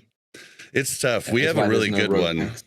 We have a really good one. It's actually going to be our second main tank. It's pretty awesome. So One of my friends, he's one of my closest, he's been playing with me for years at this point. He's like constantly a 99 or 100 passing rogue, right? He's one of the best in the world. And for him, he can play rogue tank, but it's such a shitty like spec in his words. Like it feels so not counterintuitive. it's clunky. Feel very clunky to play well. Like when rogue is meant to be a smooth, Yeah. skillful expression with of that. like rogue tank just feels like you're like going, okay, I gotta click this and I gotta wait, click this, then do this, then do this, and it just doesn't feel smooth or natural. Again, I'm not a rogue player. I'm just paraphrasing my high passing friend. I think I need to try. I think they turned redirect off of the global cooldown. I need to try macroing that into all of my abilities so that anytime I change targets, it redirects if it's off cooldown. I think that might help a lot. I'm going to try that, but I'm still not. I haven't tested it. I believe I saw that something months back where they changed it to be off the global, but I could be wrong about that. Anybody has any good macros? Throw them in the comments. What about Guild Bank? I think this is a no brainer, but I could be crazy. Brainer. Yeah, no brainer. Put it in. Yeah, Classic plus, No, absolutely. no downside to it, right? I have a raid bank because like we don't have like a huge guild bank in Swamp. Every raid leader has their own bank, but I have to keep it on a separate character. And I'm constantly. I know my officers and stuff trust me, but I'm constantly sending them screenshots. And like anytime I give anything to anybody, I'm sending them a screenshot of what I gave them, type of deal. And I'd just rather there be a record right there. Everybody can see what's there. Yada yada. That would be great. Yep. Yeah, no, it's like I get why some people in Classic Era don't want it because they're masochists and they enjoy every part of Classic being a struggle. But for Classic Plus, there's no reason for there not to be a guild bank. Like anyone saying there shouldn't be a guild bank, I want to see you actually having hours in Classic Era for you to say that factor. I want to see you have been an officer or especially a GM, somebody in charge of a guild bank before you're actually asking for no guild bank. And I would tell you that straight up. Please try it before you're asking for not having it. But yeah, what about collections UI? I kind of like this. Like, and I'm not talking about, I don't want the collections UI from Kata. Like, I don't like that. But I love that you could put those little fun trinkets in your key ring and you can still play with them, out in the world, but you don't have them all, right? As time would go on, you'd have to pick and choose what little toys you wanted to take with you. Like, I kind of like that. Agreed. Why the Agreed. fuck does the Hearthstone still take up a bag spot? Can we just talk about that? Can we just say, can we move that to a spell? Everybody has. There's no reason. I already have bag issues. I don't have enough bag space ever. I don't care what I'm doing. Hearthstone should be a spell that every class has. Yes. Out of your general. Mel's what I'm been on that saying. forever. And don't put the It's so stupid ridiculous. dark portal like ones. Like, Yeah. make toys fun, but don't make them distracting. Like that dark portal Hearthstone was so distracting. And don't put weird mounts in the game. Put mounts that are, that make sense in the game. Don't put a baby Ragnaros mount in the game. That's dumb, guys. Oh my God, Bob. I know. You're so But- over this. But like I do, talking about the collections UI, I do think having some form of that in Classic Plus is good, just not initially. Because I think one of the key parts of Classic, at least at the beginning of it, is having to manage your bank space or your personal inventory. But I do have to think that. once we're like, say, phase 12 into the game, yeah, you add the key ring, add like a mount tab, add like a pet tab, but like transmog should never be in Classic Plus. Like that's one of the key things is I like being able to look at somebody and go, oh, you got Warbringer, you got tier 1, you got tier 2. Yeah. So Oh, I love you. So many people disagree with me on the transmog thing. I hate transmog, and I love I it. hate transmog. Oh, we Hate got it. the good crew here. Jordy hates it too, but so many other people are like, Bob, what's yours weird? Why you don't like transmog? I like the transmog they've put in though. Like, I like the fact that you could add gleam to the existing weapon, like the Pernicious Blade. You could get a shiny version of it, and you can add gleam to it, but you still know what it is, right? But you just know this dude's a badass because he's got the shiny one. Like that's I like that. I don't like changing things. What completely. phase was it that I had a staff that like glowed and This like phase. left a little trail? Yeah, you passed the item to our Shadow Priest. Oh yeah, benediction. You're gonna have Or- benediction soon Yeah. Yeah, no, that was not fun in PvP. Battlegrounds because it was like, oh, kill her. It was a God shiny damn thing it. saying "kill this player." Yeah, it Oh. was literally like a spotlight of And that's what we Don't like, kill her. right? That's why you like it. Like that tells you need to you like. like it because you're a rogue. I'm not a big fan because I'm the priest wearing the shiny object. Well, you but, see you know. a horde with a big old sword. You know exactly what sword it is. You're like, okay, this warrior, he needs to be prio 1. We need to CC him, take him out first, right? No, I get the sentiment there. Yes. I just don't like it when it's on me. Dual talent specialization. This is a no-brainer for me. Bobby There's- hates dual spec. He is Yeah, like right. so against it. I've been asking for it since episode 1, and we're on episode 218. So, what do you guys think? Hmm. Hammer. I think I don't see the reason to be no. I mean, like I don't have much to add. It just lets you have a tank and a DPS or a DPS and a healer. Yeah. Like I just think yes, but I don't have much to add because I can't see a good reason for no.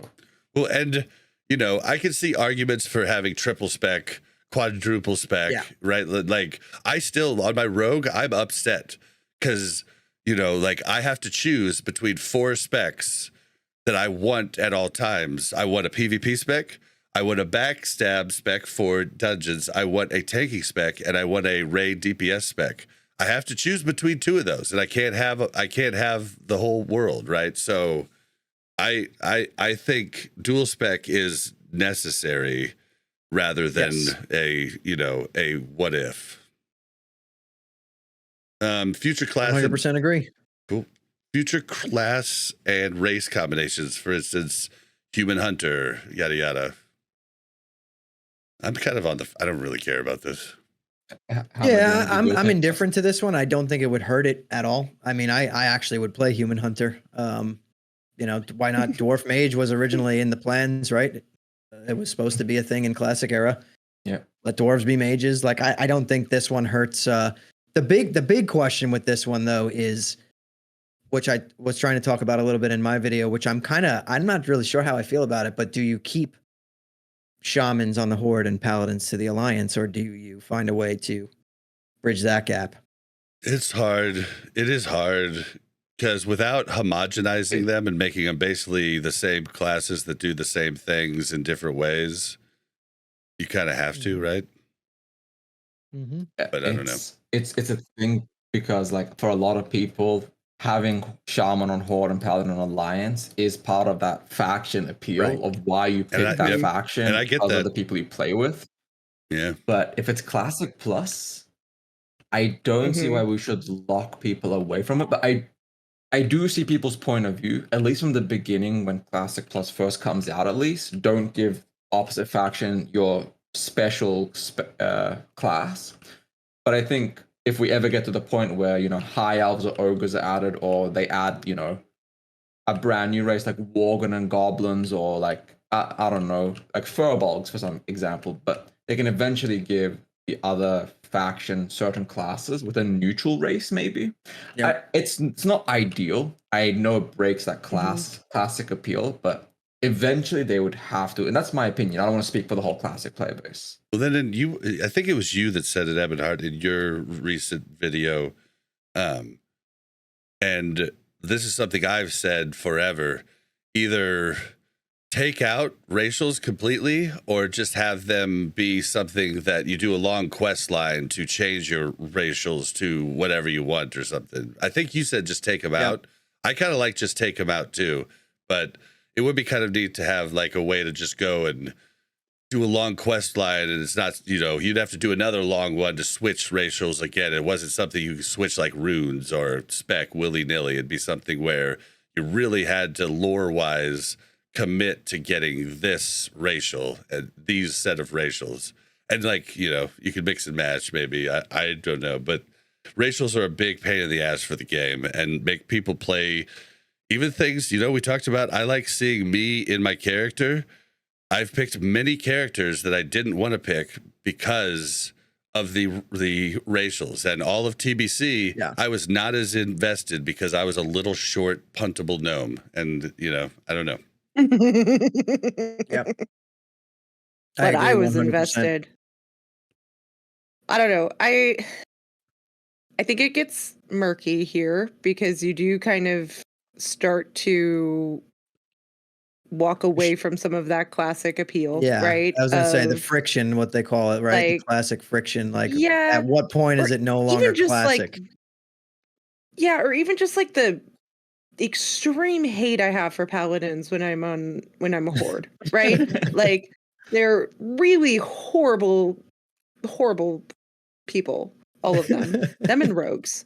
But rogues, you know, are universal. I don't like the horde ones or the alliance ones, but like, I think that there is some of that, like, tension that is good, right? Like, oh, they have a freaking paladin. I mean, I remember going into an Arathi base, and I'm not kidding you, the Alliance team had, like, 9 paladins.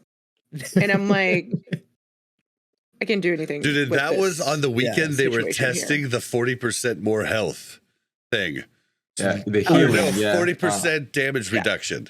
And it was the first test, and dude, literally, no one died. Awful. And I think the top kills at the end of the Arathi Basin match, which was a full 3 versus 2 match, so 30 minutes, was like 9 or 12 kills or something. Was like the killing blows, like the top killing blows. It was hilarious.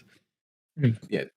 When they did that resilience thing, that's when I did a 3-hour Warsong Gulch, because as a druid, he literally became unkillable.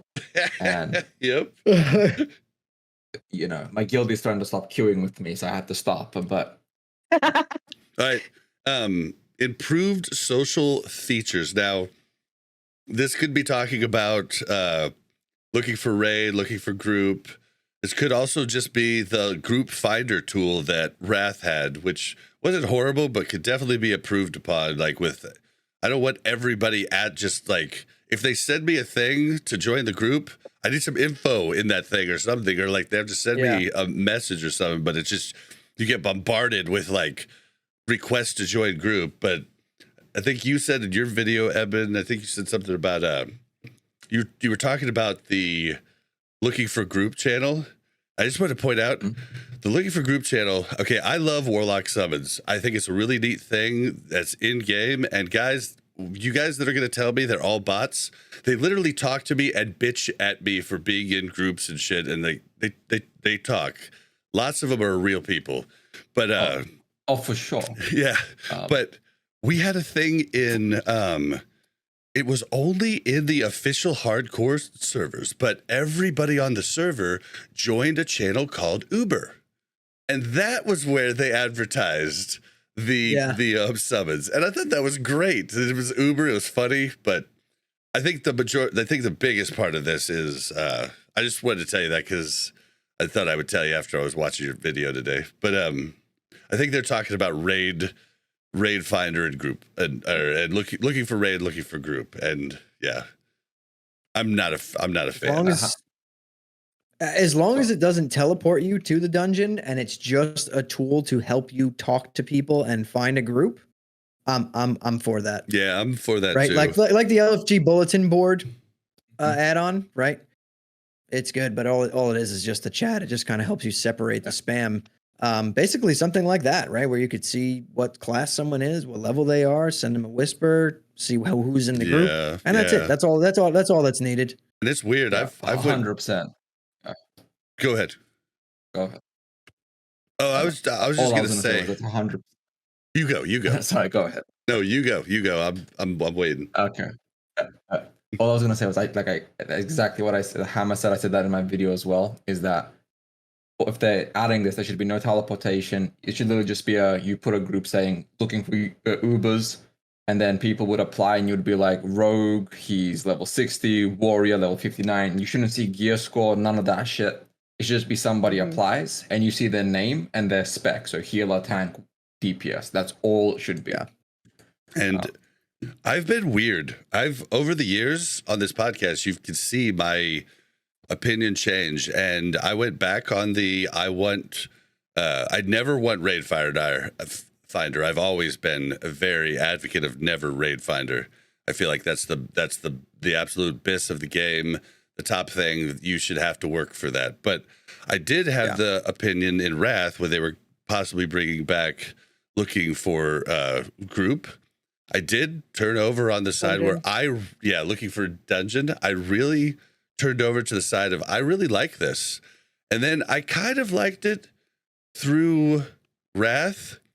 But then when we got to Kata and I did a little experiment every time we got in one, be me and Mel, 3 other people, and I'd try to start conversation or try to ask questions or just I was trying to get anybody to say a word. And when 9 times out of 10 nobody said it, I was like, dude, I'm going back to my old what I thought. I think this is horrible. This is absolute dog shit. I don't like it. Yes, you can get your stuff done faster, but it doesn't feel like meaningful. All the gear in Kata never felt meaningful. It all just So I'm back to the thing. Everybody And like I'm a even back means to to the an thing. end. It doesn't socialize. Yeah, and I'm still back to the thing where I don't want the meeting stones to work. Like, I don't want those to summon. I think it's really neat that different warlocks go different parts of the place. We have this one guy on Crusader Strike that has 1 billion tunes. It's hilarious. You have to tell him. Oh my God, it's awesome. Yeah, he does Winterspring. He does Winterspring, Silithus. One of the characters' names is D-Bag, one of the locks, right? But he asks you where you want to go. And he's like, all right, log in. And he switches over. He logs into 3 different ones, and then he just like summons you to the spot. And I just think that's a neat thing. And you can't do it, you can do it during prime time, but that shit doesn't happen during other times. It's a thing that's not guaranteed, like, crap, there's no current Stonehard summons, that's friction that I like, and I think having the like when meeting you're stones really late at night and you call an Uber and it says none available. Exactly. And you're like, what? Having the having the meeting stones allow 2 people to bring everybody else there just encourages other people to be lazy, makes the world less inhabited with people trying to run to the spot. So I don't know. What do you guys say? I get what you're saying, but the reason I disagree is everybody buys a warlock summon across the world anyways. So adding the meeting zone would simply just make it so you don't have to pay 4 or 5 or 6 G to get to a location. I agree. Okay, so you like free public transportation then? I'm Australian. Like I moved to the US. There's no public transportation here. You gotta drive everywhere, and it's shitty. or you gotta take an Uber or something. I like that though. I am do. for free public transportation because I have 0 gold. I'm always. for it in real life, but in the game, I really like that taxation, like that. Like, and I mean, dude, I spend on a daily basis. I probably spend, and I pay for other people's summons too, because I want to rush, and I'm like, all right, I'll pay for your summon. Come on, and like, I mean, I pay probably like, 50 to 100 gold a day getting summoned, but I make it back. It's time versus money, right? I'm in org, and he says, hey, get this summon. It's 5 gold to go to Undercity. And I'm like, I'm going to take the fucking Zeppelin. It'll be like, I'll be there in 5 minutes. And he's like, no, I'm going to pay for your summon. Drop group, come on. And I'm like, okay. That's fine. Like, minutes. I get it when I'm going from like Booty Bay to freaking Winter Spring or something, but come on. So what if there was like something you had to do to make the summoning stones summon, right? Like a region you had to buy or something. You talked about this, where like a warlock would empower the stone for a certain amount of time. So in prime time, you'd probably be good. But what would the warlock get in? Like, what would they get for that? To craft it. So they'd have to go and craft some materials. Like, but what would they get out of it? Do we basically have that though? Like, we basically have that with the summon stone, like the closet, the summoning closet, like. Yeah, that's true. That is true. I mean, and sometimes you go out, you're like, oh shit, we don't have to pay. There's a closet right here. We're gonna use their closet. Yeah, or that's a good idea. That's a good idea. Someone just whispered me, actually. Cheesebag just said, what if you did the dungeon, right? And that's how you unlocked the ability to use the summon. Maybe at the end of doing the dungeon, you loot something that allows you to, like a one-time use, to use that like the summoning stone the next time. And not being stackable. Yeah. That would be amazing. Actually, I love that idea. That's amazing. You could do that. That's a good idea. Or you could also, you could do it like an attune type of deal. Like a key would be like the key to the city every time you run Stratholme drops. But now you need your rune of summoning. And then that's another piece of bullshit you have to carry along if you want to use summoning stones. And then somebody gets there like, oh, I forgot my summoning stone. I can't help. I mean, and that's the classic friction, right? Yeah, that could be kind of fun. Yeah. Like, come on, I'm trying to get rid of the Hearthstone in my bag, and you're trying to add the rune of summoning? Get the fuck out of here. To keep it classic. And you'd have one for each dungeon. Yeah, exactly. Right. They got to find ways to give you some, quality of life improvements, but make them super annoying. Yeah. Like that's classic, right? Like, honestly, they should make the warlocks be able to, like a lockstone or a cookie that takes a lot of effort for the warlock to make, but lets you just put a closet anywhere and make it so that they go for 30 or 50 G a piece. So if a warlock's willing to sit there and grind to make it sellable, sure, buy it, but like at least that way there's effort put in from the community to get that material, to get that summon. Like it should be, like you guys said, friction. Shouldn't be free, but I hate warlock summons because half the time I get like a Chinese whisper and it's like, I'm not saying all of them, but it's I think, okay, one thing I think about improved social features, I think the one thing that I would really advocate for would be like a guild bulletin board or something, because I do think that you need some way for new players or players that maybe are experienced but don't know exactly like a bunch of people, maybe they're kind of shy or something. Like, I think it's very difficult to find a guild that's suited for you, and I think that is 90% of the game, to be honest. Like, that's one of the if things you don't on have the a list. good, I know. That's what I'm saying though, is I think there needs to be some way to find a guild that isn't trade chat. I don't think, I mean, I don't know. There's just, I don't think people would use it, just like they don't use the in-game voice systems in there, but nobody uses it. I mean, I think if they could actually find a way to make people be interested in a guild finder UI, it'd be good for the game. But they've redone it like 6 times in retail and nobody still uses it. So I don't think everyone just uses Discord or the forums or like my friends in this guild, so let me join Word of them. mouth. I've never heard anybody using the guild finder system in pretty much any game ever that has one that actually works. I don't know why. But What if if they can when figure you out a way made, to work it, yeah.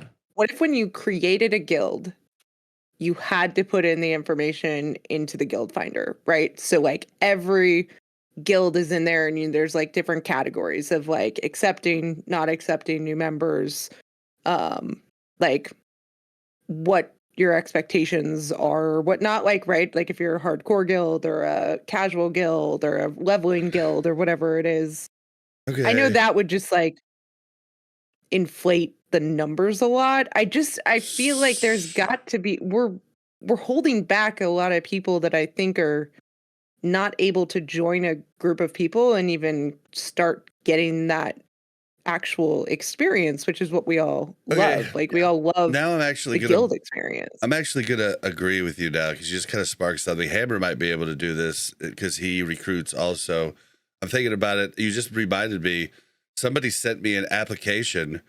I looked at it for a second in tells, and I don't even remember the name of the person that sent me a tell. And I get like, I mean, I've gotten 7 tells just while we've been doing this show, and I haven't been able to read them, and they just keep getting pushed down. I'm not gonna be able to even find this guy to even know that I could tell him. So maybe something in game That's what I'm where saying. I could see it would be a nice thing. But I mean, there's guild helpers on Wowhead. Everybody's tried to do it, but it doesn't seem to work anywhere. Yeah, I mean, recruiting it's atrocious. Like, think about what needs to fall in place, right? Like, if I need 1 shadow priest and a feral druid for my raid that's on Tuesday nights at 8:30 p.m. Eastern time, I need to be spamming that macro. One of those exact classes needs to be online, be able to read the looking for group chat, which is just spammed with summons, right? Unless you have LFG And all bulletin of that, board. and they need to fit into my rating schedule. They need to fit into the comp. Mhm. They need to see the message. We need to be online at the same time. Like, I completely agree that there has Yeah. to be a better way for recruiting. Like, I do, because think about that. That's like so much stuff needs to fall in place for that to work. Absolutely. Yeah, it's ridiculous. Yeah, it's And it's so funny. hard to find. Like I could find a group of people that I enjoy hanging out with, but maybe they raid 2 hours before I get off work, and I'm like, great, that's Well, not you just helpful talked for me. about- Like I can't. We hang out with a bunch of rogues. I mean, like, and Yeah. we had to make a second where you raid find new group, friends. you know, in Nomer because we wanted to make sure everybody got to raid, but we couldn't take freaking 4 rogues in Nomer, you know? Although we did beat Nomer with 8 rogues, me, Simon Eyes, and Bobka. I still love that. It was a great time. Yeah, no. There's got to be a way that they can make it work. I just Go don't ahead, think EbonHardt. any game. I don't think any game can make it work because, like Hammer said, it's miserable. Anytime I've tried recruiting, you get like random whispers, and it's like, "Hey, I'm a shadow priest. I fit your criteria," and then you talk to them and you check their gear. They have nothing. They haven't even started grinding. They just hit 60. Like, yeah, I'll come to raid with you guys in 2 days. Like, you can't even find the people you want that have the same kind of skill level of dedication. So even if you find the right person, do they match your guild, your play style, the effort you guys put in? And like, no matter what anybody's done, like Bob said, Wowhead doesn't work, Guild Finder doesn't work. Somebody needs to make a better system. Like, honestly, I can't think of one that works aside from just sitting there in org and just spamming for 6 hours till you find the right person, or you get lucky and you dungeon with them and their guild is shit. You're like, hey, you want to join my guild instead? That's how I do the majority of my how we recruiting is we need 1 spot for raid. I get them, you know, they come in, they're like, dude, I really enjoyed raid. And, you know, I look at them, they're doing their proper stuff. I don't really look at parses. I'm looking at like them doing things like properly dispels, you know, like that type of thing. Like, I'm looking at them playing the game correctly. Recruited And then they get for in. dispels. That was a good example. I haven't recruited a bunch of like very many I know. healers, but You yeah, recruited a lot of kickers. I've noticed that since Mhm. you're the kicker. I noticed you recruit a lot of people that'll kick. But the spelling over here, Still no. All right. Well, Yeah, I think. Yeah, I'll stop my rant. Yeah, I just like we got to move on. ended. I feel like. Okay, I won't Okay. give my idea. Fine. Do you want to give it? I mean, there's a few things we really want to hit on before. No, go ahead. Go ahead. PvP honor system improvements. I think it's a no-brainer. I think they've improved this system a lot, but I do kind of think the TBC system is better. Not the fact that all the gear is gated behind arena and stuff, but earning honor and being able to spend honor on things you can sell. Like, I love letting people do the things they love the most, and people that love to BG, I love letting them BG and make money for raid consumes BGing. I love those types of things and let people do different things to make what they need for raid in the ways that they want to do it. That's the only thing I don't like about the rework. But what do you guys think? You can go ahead first. No, so I just need a second to get my thoughts. So you go first, Ham. Okay. I personally, it's not that I don't like the classic PvP system, right? The ranking system. Here's my thought process, right? And I am a true level 60 classic person. But I do really, really enjoy how the honor and the PvP system works in later versions of the game. Like, Getting Wrath, a currency, Kata, right? especially Like, Kata. right? Yes, like getting a currency at the time that you're doing it. Like when we were on Kata, right, and we weren't raiding, and we played for maybe a few weeks. Me and my brother were doing arenas, and it felt good because you won 10 games and you can go buy a piece. Yeah. So now that's you the were big thing. immediately stronger that day. And like that felt good to me. I think that's one thing I'd like to see in Classic Plus is them to redo the honor system in a way that it's not like you're not just like mindlessly AFK spamming Alterac Valley like I've been doing this entire podcast, right? Like really, let's be real. You could do it with one hand on your mouse and like it takes zero skill. You don't need to pay attention. You just zerg the boss and that's it. Like it would force you to be more engaged because if you're winning, you're getting pieces quicker, right? Like, Yep. But in my opinion, that also goes hand in hand with like, it depends what kind of PvP is in Classic Plus, right? Are there going to be arenas, like ranked arenas, or? And it's been overwhelming for me, like with the honor system the way it is. I like getting one piece at a time. I go enchanted. I feel good. I can go do something else then. But then the huge push, to rank up and then having to wait till Tuesday and getting on. Then all of a sudden I got 3 pieces and I'm like, oh shit. Now I gotta get a chance on all. Okay. It's almost like too much for me. I'd rather it just be one piece at a time. Gradual. And I like the currency. I really like that part of it. Yeah. That would be my ideal PvP system. Just basically copy the Kata PvP system. The Kata PvP system works. It's great. It feels rewarding. And again, it's like what I was saying about the leveling brackets. You're not hard stopping people. If they want to keep playing, why would you want them to stop? Would you be okay? Right? Like I hit my.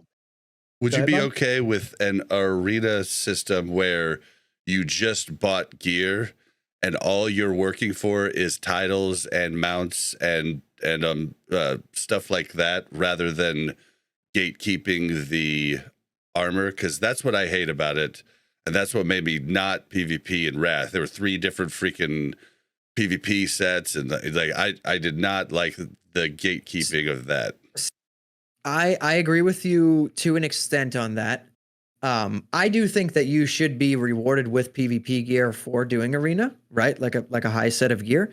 I think it should be one set of gear, right? Like a super, super hard to obtain set of gear where you have to hit a certain threshold or something. It's not rewarded with the currency that we were talking about. See, you and I are opposite then on that, but that's okay. Yeah. And that would be the equivalent of farming, right? Like the rank 14 gear.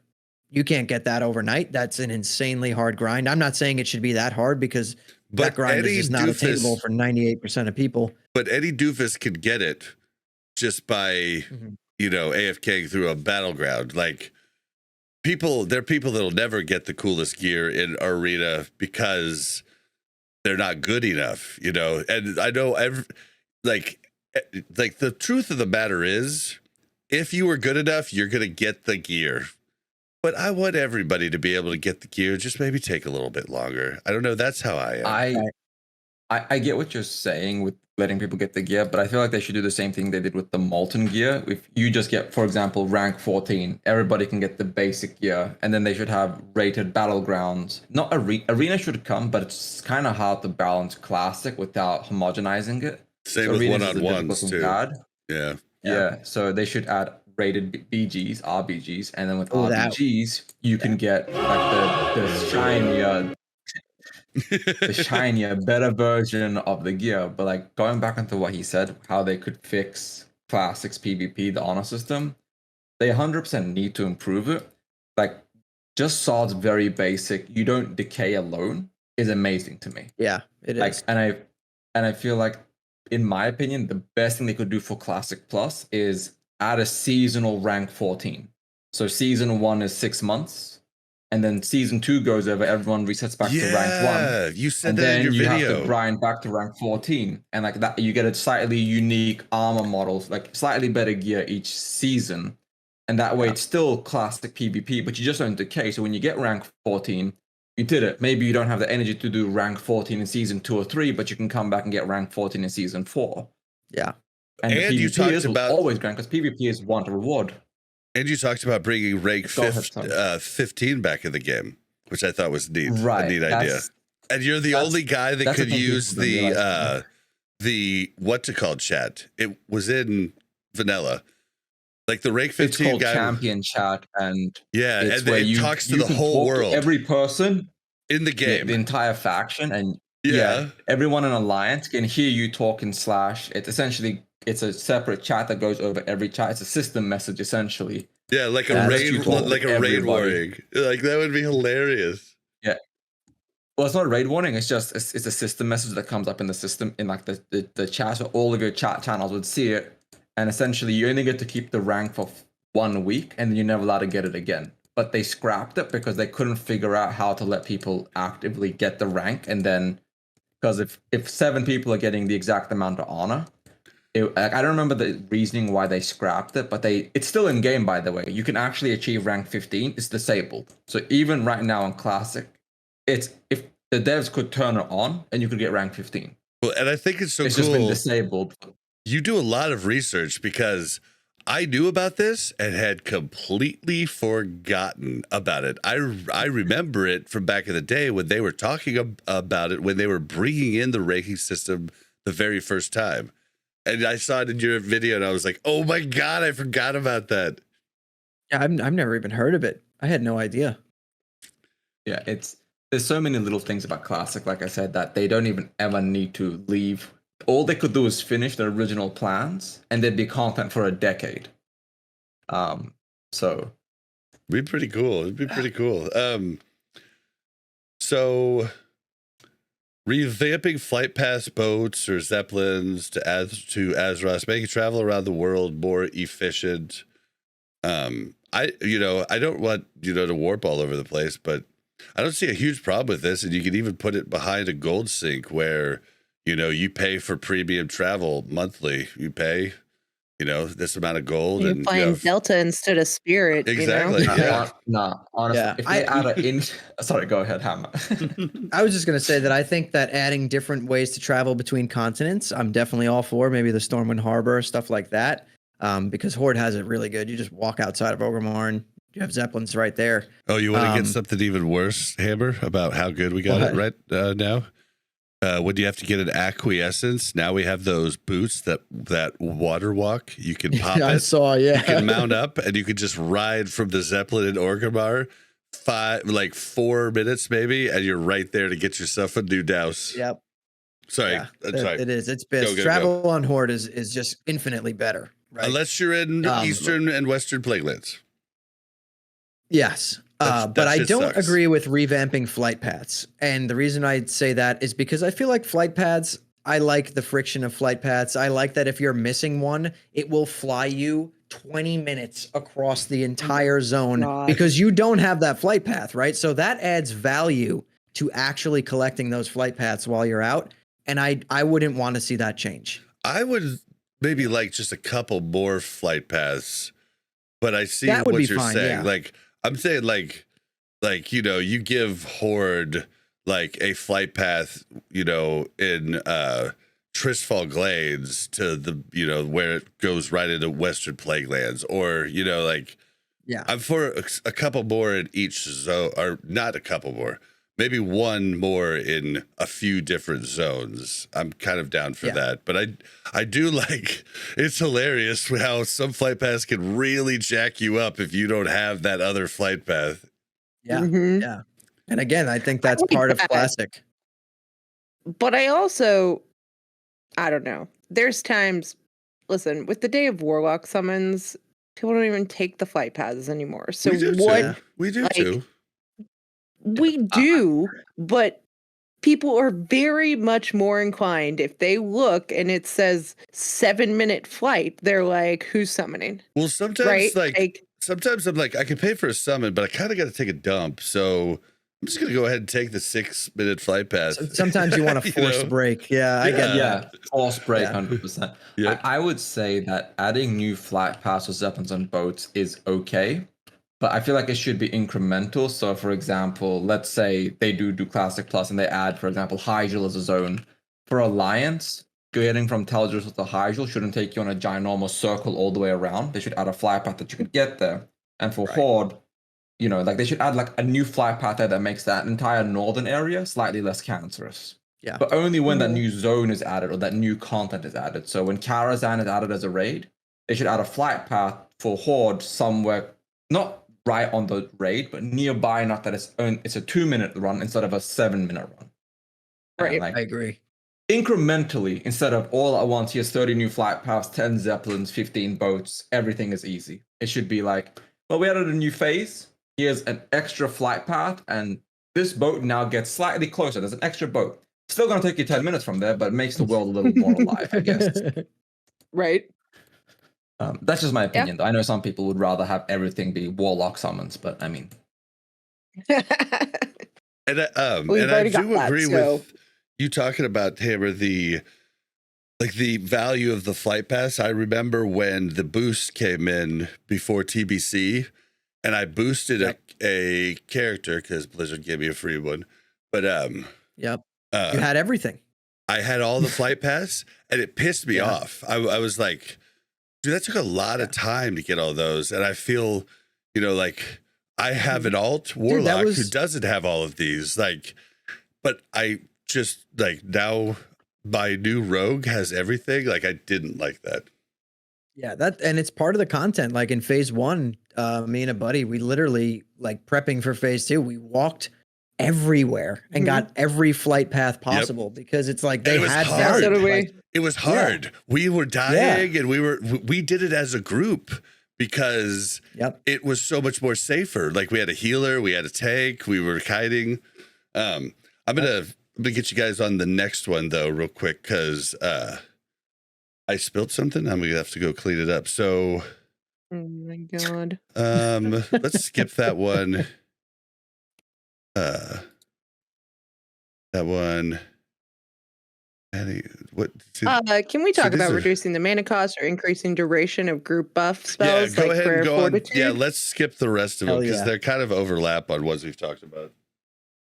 Does anybody say no to this? I don't see a reason why.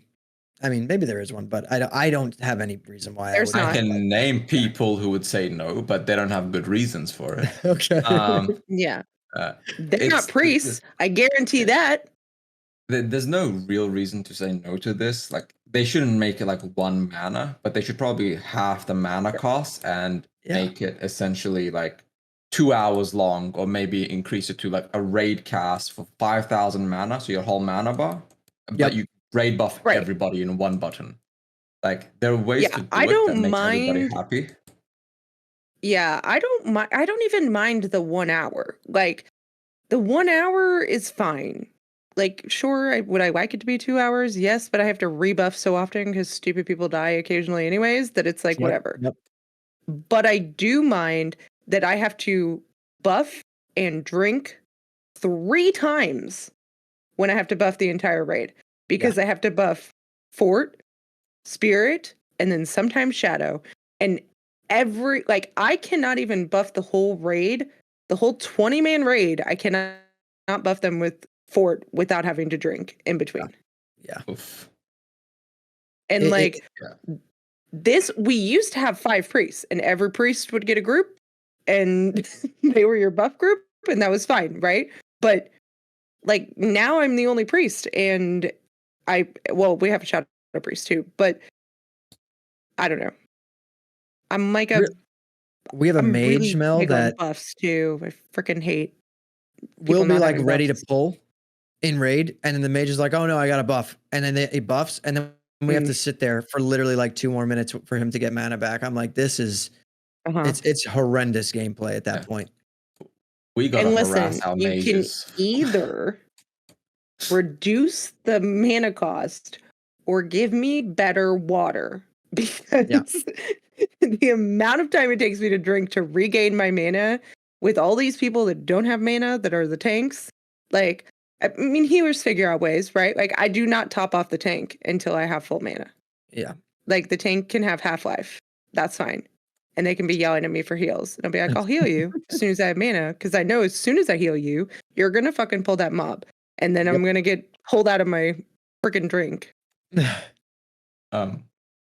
Like it's for healers and like people just buffing in general. It's a terrible feeling. Like in our guild, I just cast Innovate on our priest and he buffs everybody, and then during my Innovate cast time, he finishes it off, and so then way he can just do one drink and the whole raid is buffed. Pro tip. Well, my druids don't do that.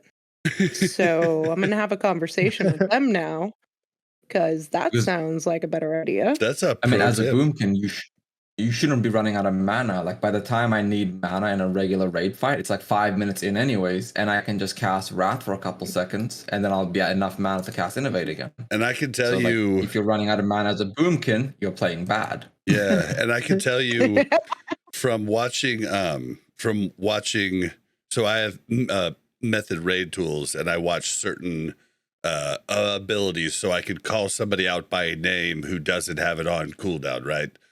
Because when you say somebody innervate Mel, somebody may or may not. You'd have to say, it's just like if somebody collapses, you need someone to call 911. You say, you call 911. You know, you don't say somebody called 911.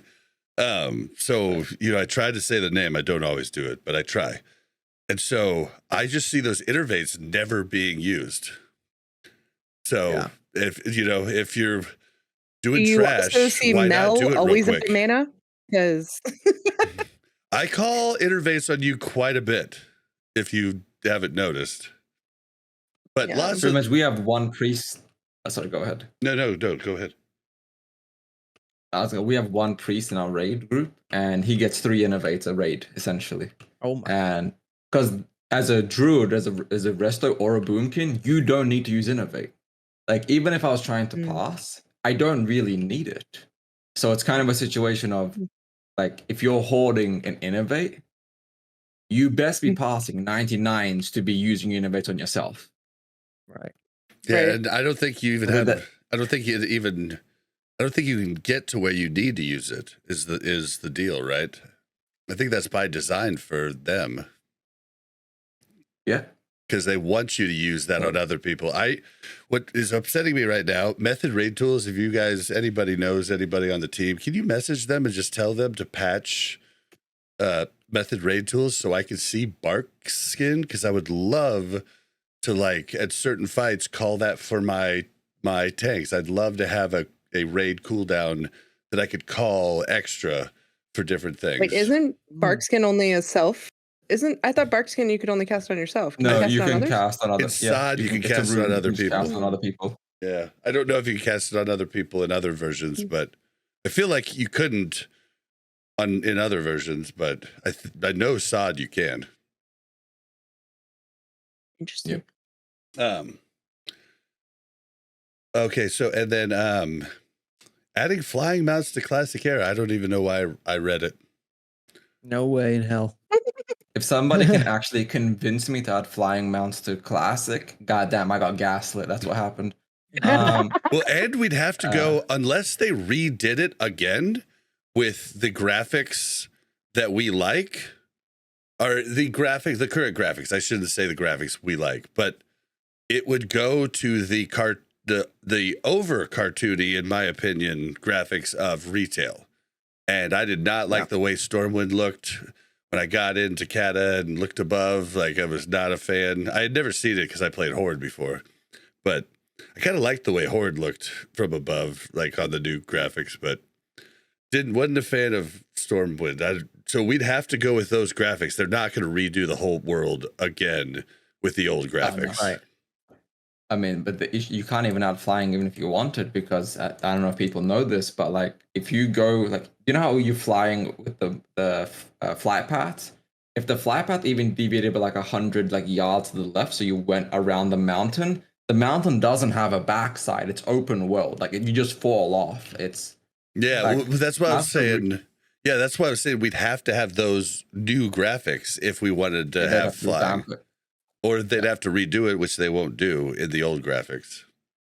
I wish they would. I wish, like, I mean, I hope Phil Spencer loses $1 billion check to the classic devs and just let, I don't know, like, I wish they had more money and more devs. Like, it won't work though, sadly.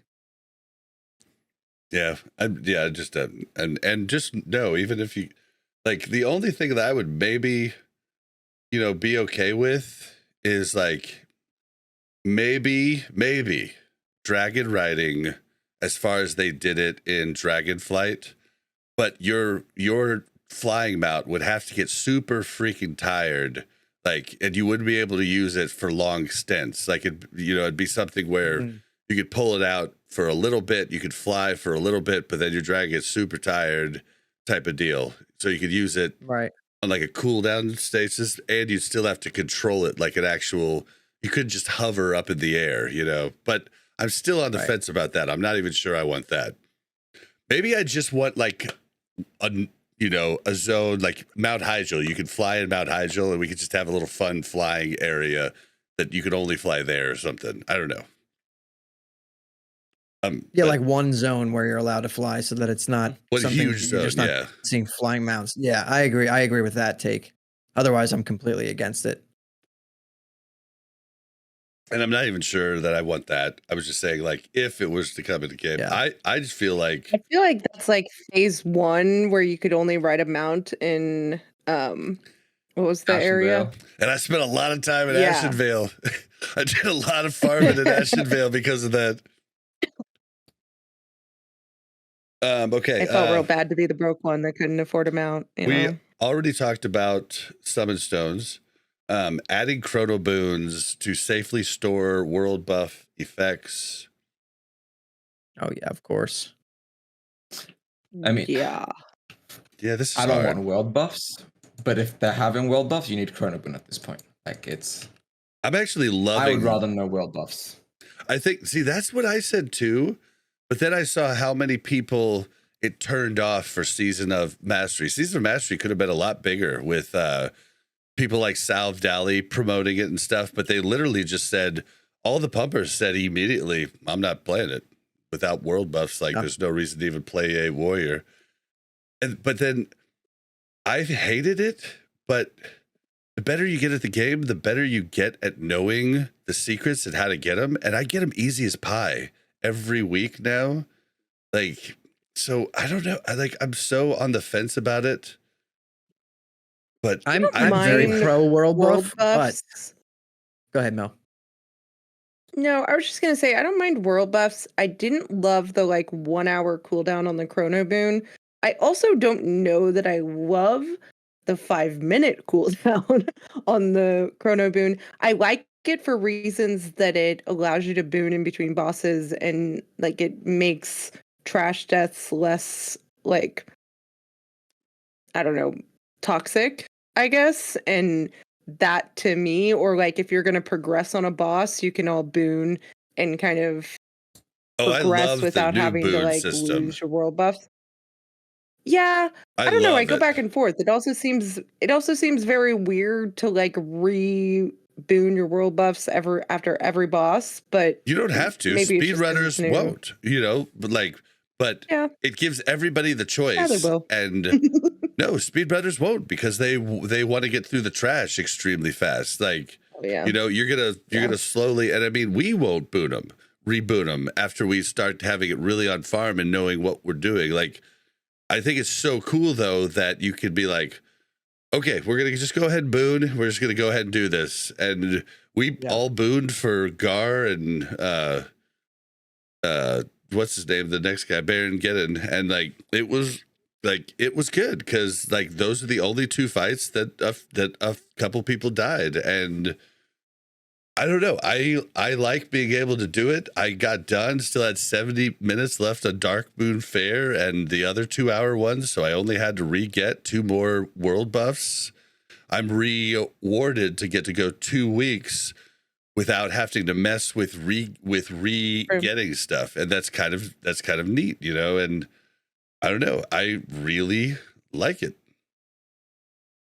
Yeah. One reason why I like world buffs is because I feel like it shows that someone is actually into the raid and dedicated to the group, and like it kind of weeds out a certain type of people, right? Like It does. That's a I good had point. a few people. Yeah, like it shows that you're putting in effort to come to the raid, right? If you're coming with consumes, if you're coming with your world buffs. That being said, I can see the bad side of world buffs and why some people don't want world buffs. Like I know a lot of people who are good at the game that hate world buffs because if it's not Dark Moon Fair week, or you had bad luck, or you just were at work and you didn't have time to get all your buffs, now you can't parse and raid, right? So that feels bad as well. So I can kind of see both sides. And I could see that more before the Chrono Boon, though. You know what I mean? Like now, the Chrono Boon allows you to go get Songflower on Monday when you don't raid until Thursday. You know what I mean? Exactly. Let me with the add Chrono to that Boon, too. to me, it's like a no-brainer.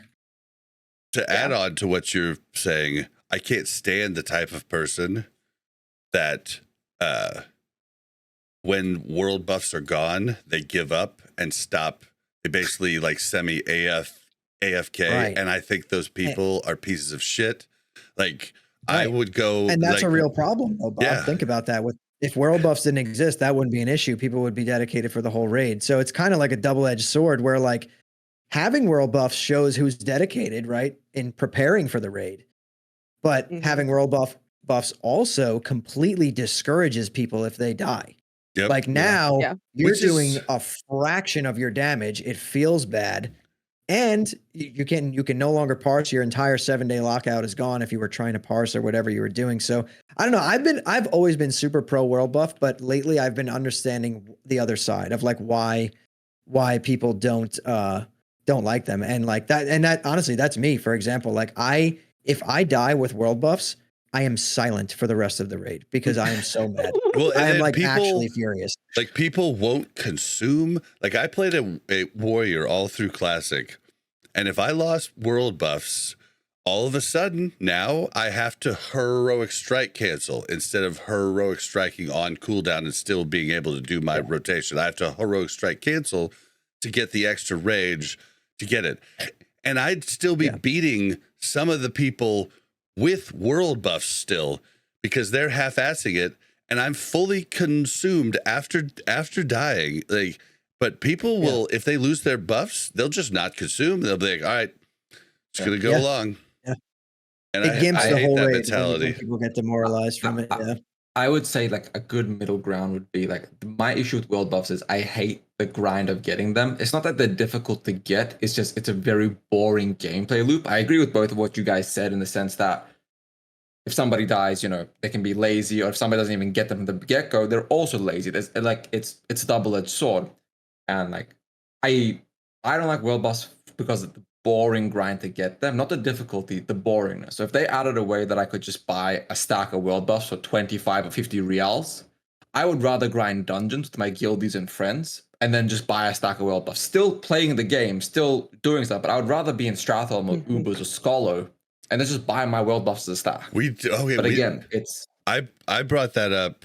Well, okay, a listener left a voicemail with the idea about using the reals. This was way before when we didn't even know, we weren't even in, but he just saw the reals as a way to buy world buffs. That was sorry. That was his idea, but I expanded on it to say, like, you know, why don't we have multiple currencies able to buy world buffs?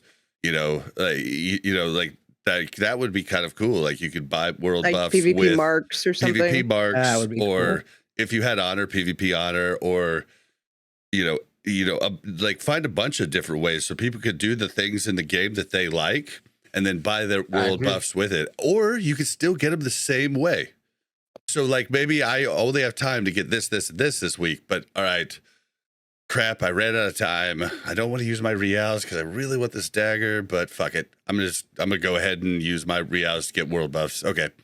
I'll make it up later. You know, giving people options, I think it could be really cool. Absolutely. I Yeah. agree. I also think, though, I don't know. I go back and forth on this because I do think that it's helpful to be able to buy them. I think there Both. is the caveat that, like, there needs to be a cooldown on them so that you can't buy them and then, like, could you just buy them and then you have to boon it? Like, is that the thing?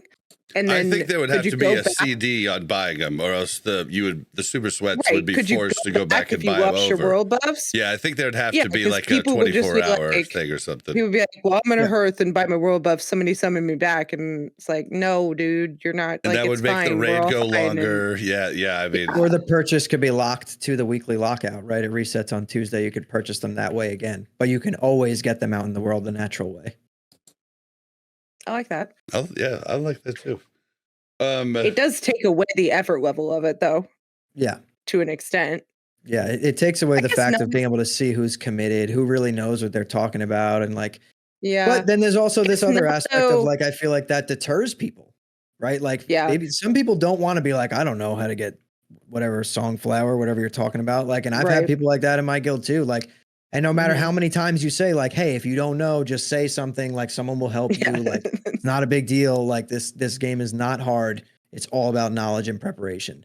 But like Yeah. people just don't want to say it. And like I guess, it's like embarrassing for some people. I don't know, but it's a weird thing, world buffs. Like I've always been so pro world buff, but lately I've been understanding that like, maybe this could Yeah. be done a little better. Like you're saying, like buy them on a vendor or like, I don't know. and you're talking Or about maybe just knowledge. like buff these classes that need them to perform, like just buff them so they could perform without them. Maybe, I don't Yeah, know. that's the thing, is that not every class needs every world buff Right. to be really good. Like some of them are like they're good for you, but they don't do as much as for another class where it's like, if you don't have this, you're kind of gonna suck, Yeah. And that feels bad that they have to get, DMF buffs, where as I get DMF buffs, but it's not as critical that I have DMF buffs as it is for Bob on his rogue, right? Right. And Yeah, especially and on the rogue now, especially even the caster buffs are huge for us now. Like it's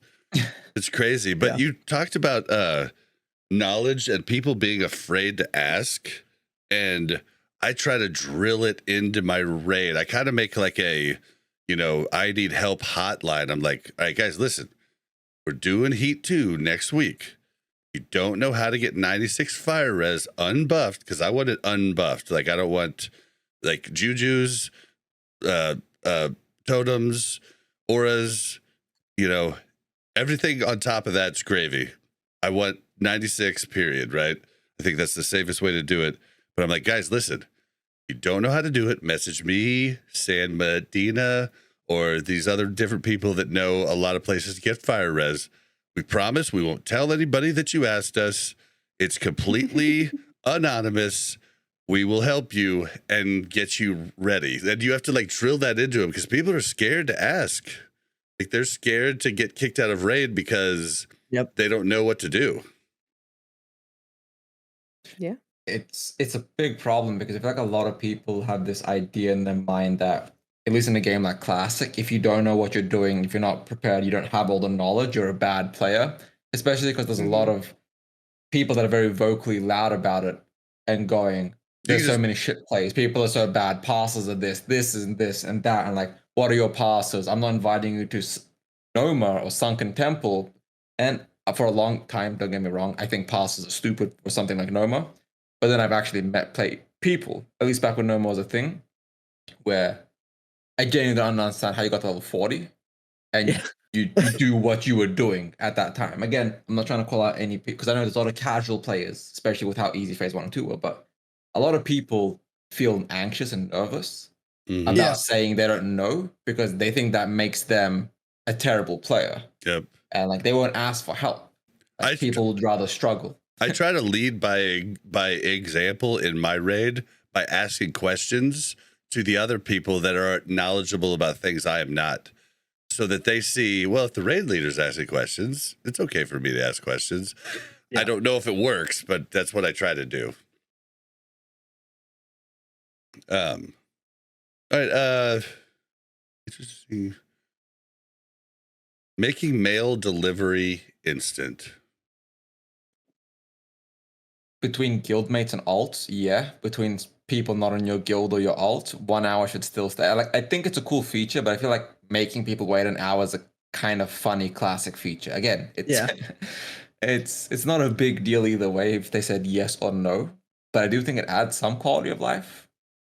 It's definitely quality of life. Do you agree, Hammer? Dude, with the backspace, like, come on, let me mail my stuff back to myself fast. Because right now, what I do is I leave it in my mailbox because you can instant return.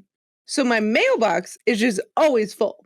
Yep, that's So the same on thing my I do. alt The instant and return. on my on my main, right? So I just mail it there, and then when I want something, I go there and I send it back, and then I get it out of my mailbox, and then I mail it back.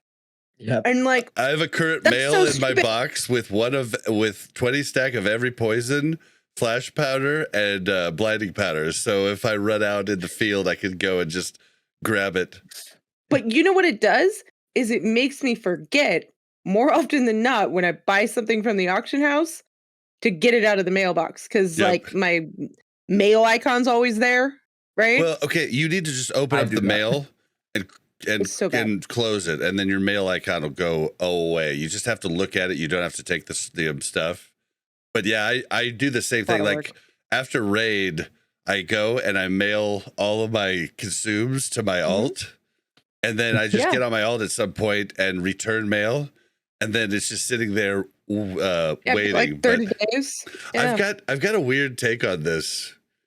Like I know people want like alts to have instant mail and stuff like that, but I used to be right with you, but at this point now, I almost think it's funny because it makes you ask a guildie or a friend to transfer stuff. Yeah. Like it makes Yes. Only you think ask it's funny, somebody to transfer. You only think it's funny because you found a workaround. And you Personally, have 2 accounts. I asshole. do have 2 accounts, but I I often think there's a line, where it's like it's no longer like, yeah, it's cute quality of life, but those things that are not super easy and smooth are what make this game a game that like people like us play all the time, right? Like I think that's what separates it from retail and from Kata. All these quality of life changes are in Kata. Yep, they're all there. We could just go play Kata, right? Like that's the way I look at it. Like, why aren't we on Kata right now then? Well, because I have to DPS as a healer to heal other people, and that's fucking weird. I agree with that take, but also with Hammer, I completely agree. The one thing about Classic, and honestly, it sounds really stupid when you say it out loud, but suffering is part of what makes Yes. Classic. I And said like, that, and and then my makes headphone things died. So I have worthwhile. no idea what anybody said afterwards, but I'm gonna try to fix it.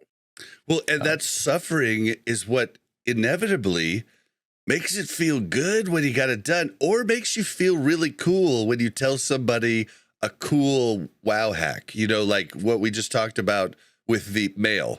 That's a cool WoW hack that people might not think about. And that's like just knowledge that makes you even better, more efficient. I don't know. I always was for the improved quality of life stuff, but I just don't know anymore. Like my mind changes based on different things. the faster everything can be done, the more streamlined everything is, the less involved and the less invested people will always be, is how I look Bingo. at it. Like that's 100%. basically what it is. The easier you make the game, the less friction there is, the less time it takes to do everything, the less involved people will be. I mean, think about 2019 Classic. There wasn't a single experience buff, nothing. And all the way through till the end, there were people leveling out in the world. Look at the last 2 phases of Season of Discovery with an experience buff giving you 100% or whatever it was, 300%. I don't even remember what it was last phase, but no one was leveling. People were on incursions, quitting the game. Right. Because incursions were the fastest, easiest way to level. And it They were just so made, bad though. Incursions Terrible. were cool for like 5 hours. yeah. When I was Oh just my like, God. when I was stressed out about having 2 characters, and I was like, oh shit, I'm already 50. And then the second time around, I was like, this is probably pretty bad for the game. To be I fair, don't even have weapon skills incursions, It was worked horrible up. for the game. I didn't even have weapon skills worked up. Terrible. Yeah. incursions were better to me than dungeon grinding for the first couple hours. And then it was that's like, what I said. It was fun for the just as first 5 hours. And I was it like, just as bad, right? Yeah. I hate dungeon grinding and I hate incursion. Like, I just hate doing the same thing. Like, I like questing. Yeah. That's why I've said before is that you can't let the players self-regulate themselves because Mhm. we will choose the most efficient, fast, Yeah. streamlined thing. Miserable. Because classic plays, I don't know what it is. Like we all say we like the game being like suffering and like pain and taking time. Yeah. And then we find the fastest way to exploit shit to be faster. Mhm. And like it's a funny mindset, but it always makes me think like I hate quality of life, and then they'll do anything they can do to get that quality of life without actually having it in game. It's so That's what true. makes it classic, I guess. I mean, Yeah. It's Yeah. a weird thing. It's a weird thing, It's but if the it wasn't that, friction it of wouldn't be classic. finding a workaround, right? Yeah. Yeah, It's that like, really. you made this annoying. I'm gonna figure out a way to beat it. That's like the Yeah. game, right? And The game everybody is like wants to go figure so it out how to fast. That was fix the it. biggest weirdo shit for me when I came back to Classic, is that everybody's wanting to go so fast. And I was used to, like, back in the day when we were doing progression, we'd wipe and then there'd be a 15 to 20 minute talk with the officers out loud over Ventrilo, where we'd try to like think about what we could do different the next time, go over our stuff. The different class leads would be talking in their different class leads chat. Like, I don't know, people might not even know this. You can make any channel that you want. Like, you could type /join space Bob is a doofus, and it will make that channel. And then you can tell other people to join that channel, and that channel's there. And whoever logs in first when no one's on is now the owner of the channel. Like, that's a thing. And we had class channels, so we'd be talking about what we need to do Viewers for all our over the world classes. Like, know about this. but it was like a thing. And then I get into Classic and we're like, go, go, go, go, go. And I'm like, shit, I got to take a piss. What? Okay. So like, it was so weird for me. It was such a different culture. Yeah. Did you want to hang out with your friends? Like, that's what sucked about phase 3 of Wrath of the Lich King. Like, you're excited, you're getting to hang out with your friends. It's the day of the week that you're going to go hang out with your guild. And then you're done in 25 minutes. And you're like, all right, well, does anybody want to do anything? And everybody raid logs right out. And you're like, okay, well, I guess I'll just hang out by myself. You know, it's like, it's kind of like that. Like, it's so weird. Including his wife. He was like, what are you doing? Are we going to do something? No. Well, and No. okay, so and that is like, okay, so my officers were making points. We were having a meeting last night, and they were talking about how to make ourselves more efficient. And they're like, we really need to cut the chatter down and this and that. And I was like, guys, one thing we really need to remember, and Mel like sticks this to me a lot, is we can improve. And there are times that we need to clear comms and stuff. But let's keep, like, we kept this raid going all through phase 3 when everything was dying. And I believe a big reason for that is because we made it fun. And we had fun. We let people have fun. We let people talk. And let's not lose sight of that just for efficiency. Yeah, I agree. Yeah.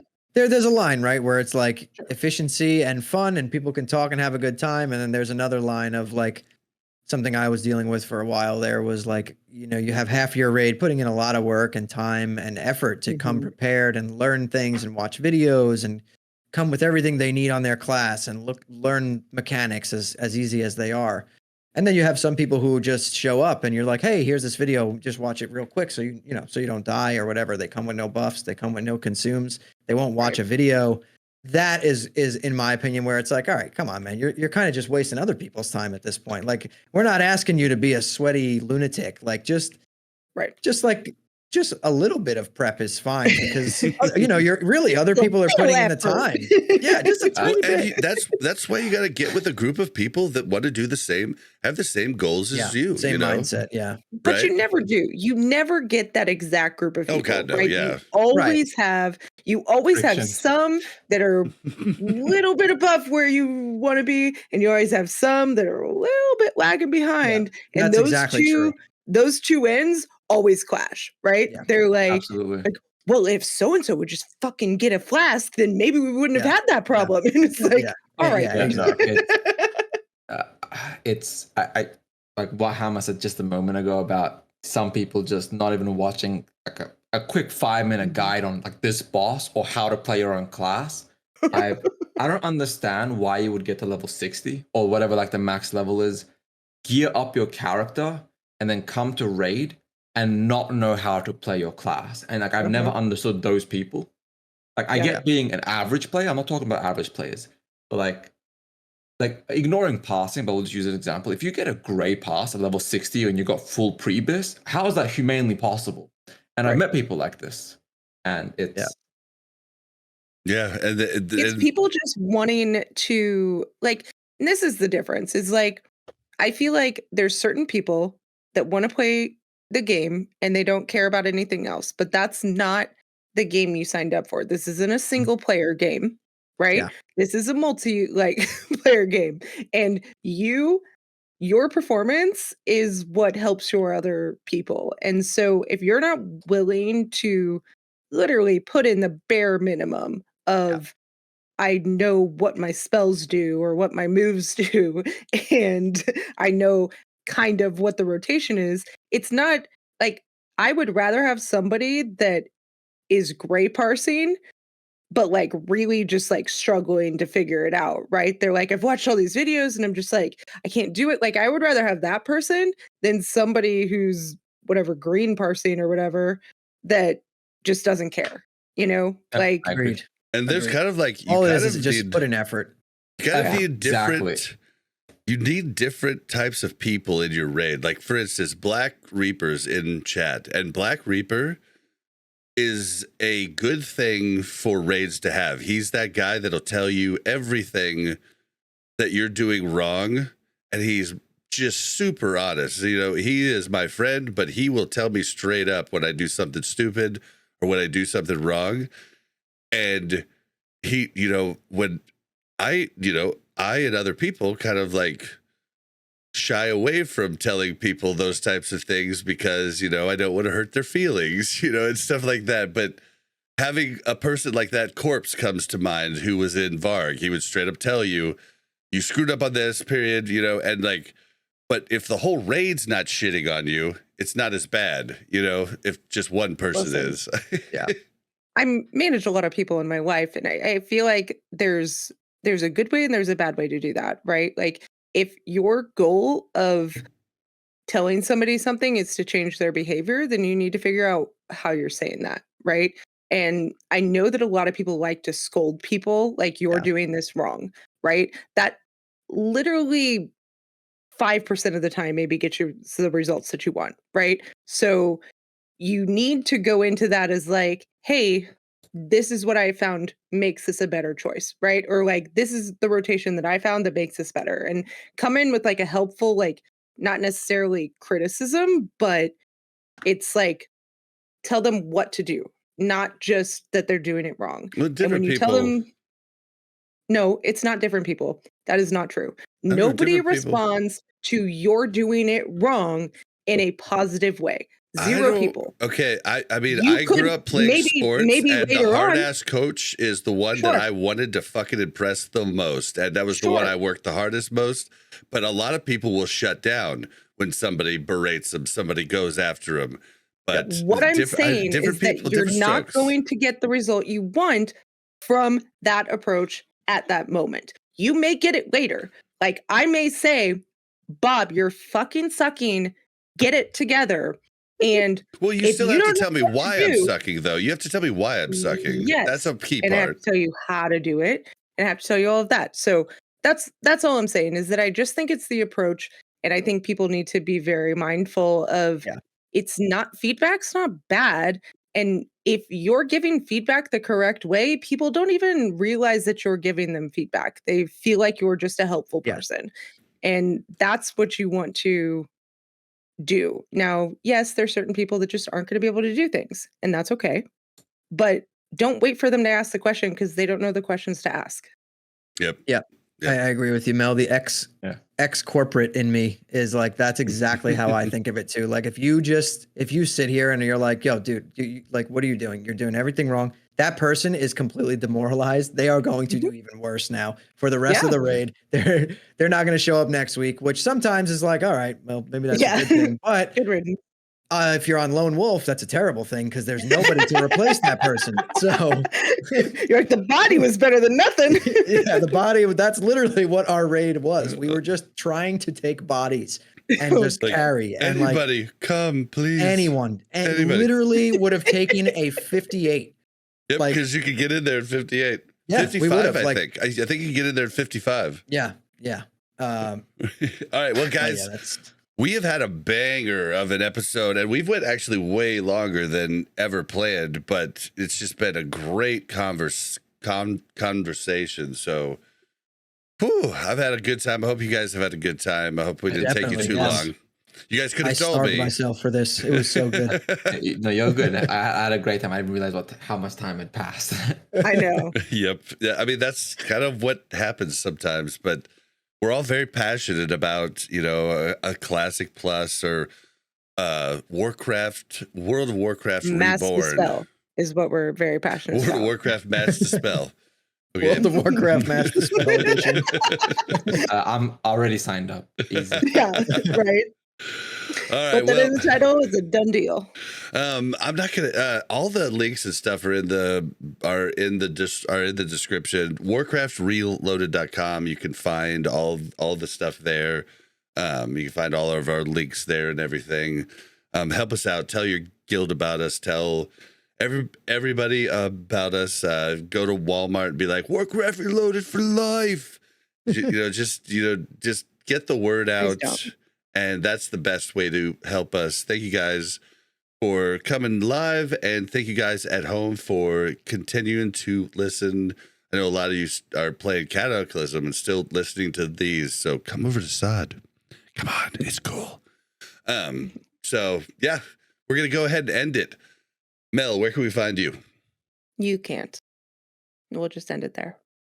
Okay. You can find me here on the show, usually. And Hammer, where can we find you? YouTube.com/HammerDance Gaming and on Twitch.tv/HammerDance. All right. And EbonHardt, where can we find you? You can find me pretty much every platform I use, just EbonHardt TV, and I should come up. Yeah. Oh, and that's not Heart. That's HARDT. Heart. Yes. So It was meant to be like Reinhardt, but it's a EbonHardt. Reinhardt. Oh, You an Overwatch player? I was, yeah. Yeah. That's we've hung out with the voice actor that does Reinhardt That's a bunch. We got a bunch of pictures. Oh yeah. Yeah, we've had shots with him. He's a cool guy. He was And- cosplaying awesome. himself at one of the No, he wasn't BlizzCon. he wasn't cosplaying. He had like 10 Reinhardts following him while he was like a parade director. You're hilarious. thinking of Torbjorn, the guy that does Torbjorn. Oh, yeah. In 2019, he He was doing the dressed voice up for other as- people, and they're like, Like, nah, that's not really it. He was like, yeah, you're not. Yeah, your story is totally wrong. It's Well, like you can even that's what watch I the remember. VOD. He was doing Torbjorn cosplay, and people would be like, "Hey, dude, you have great cosplay.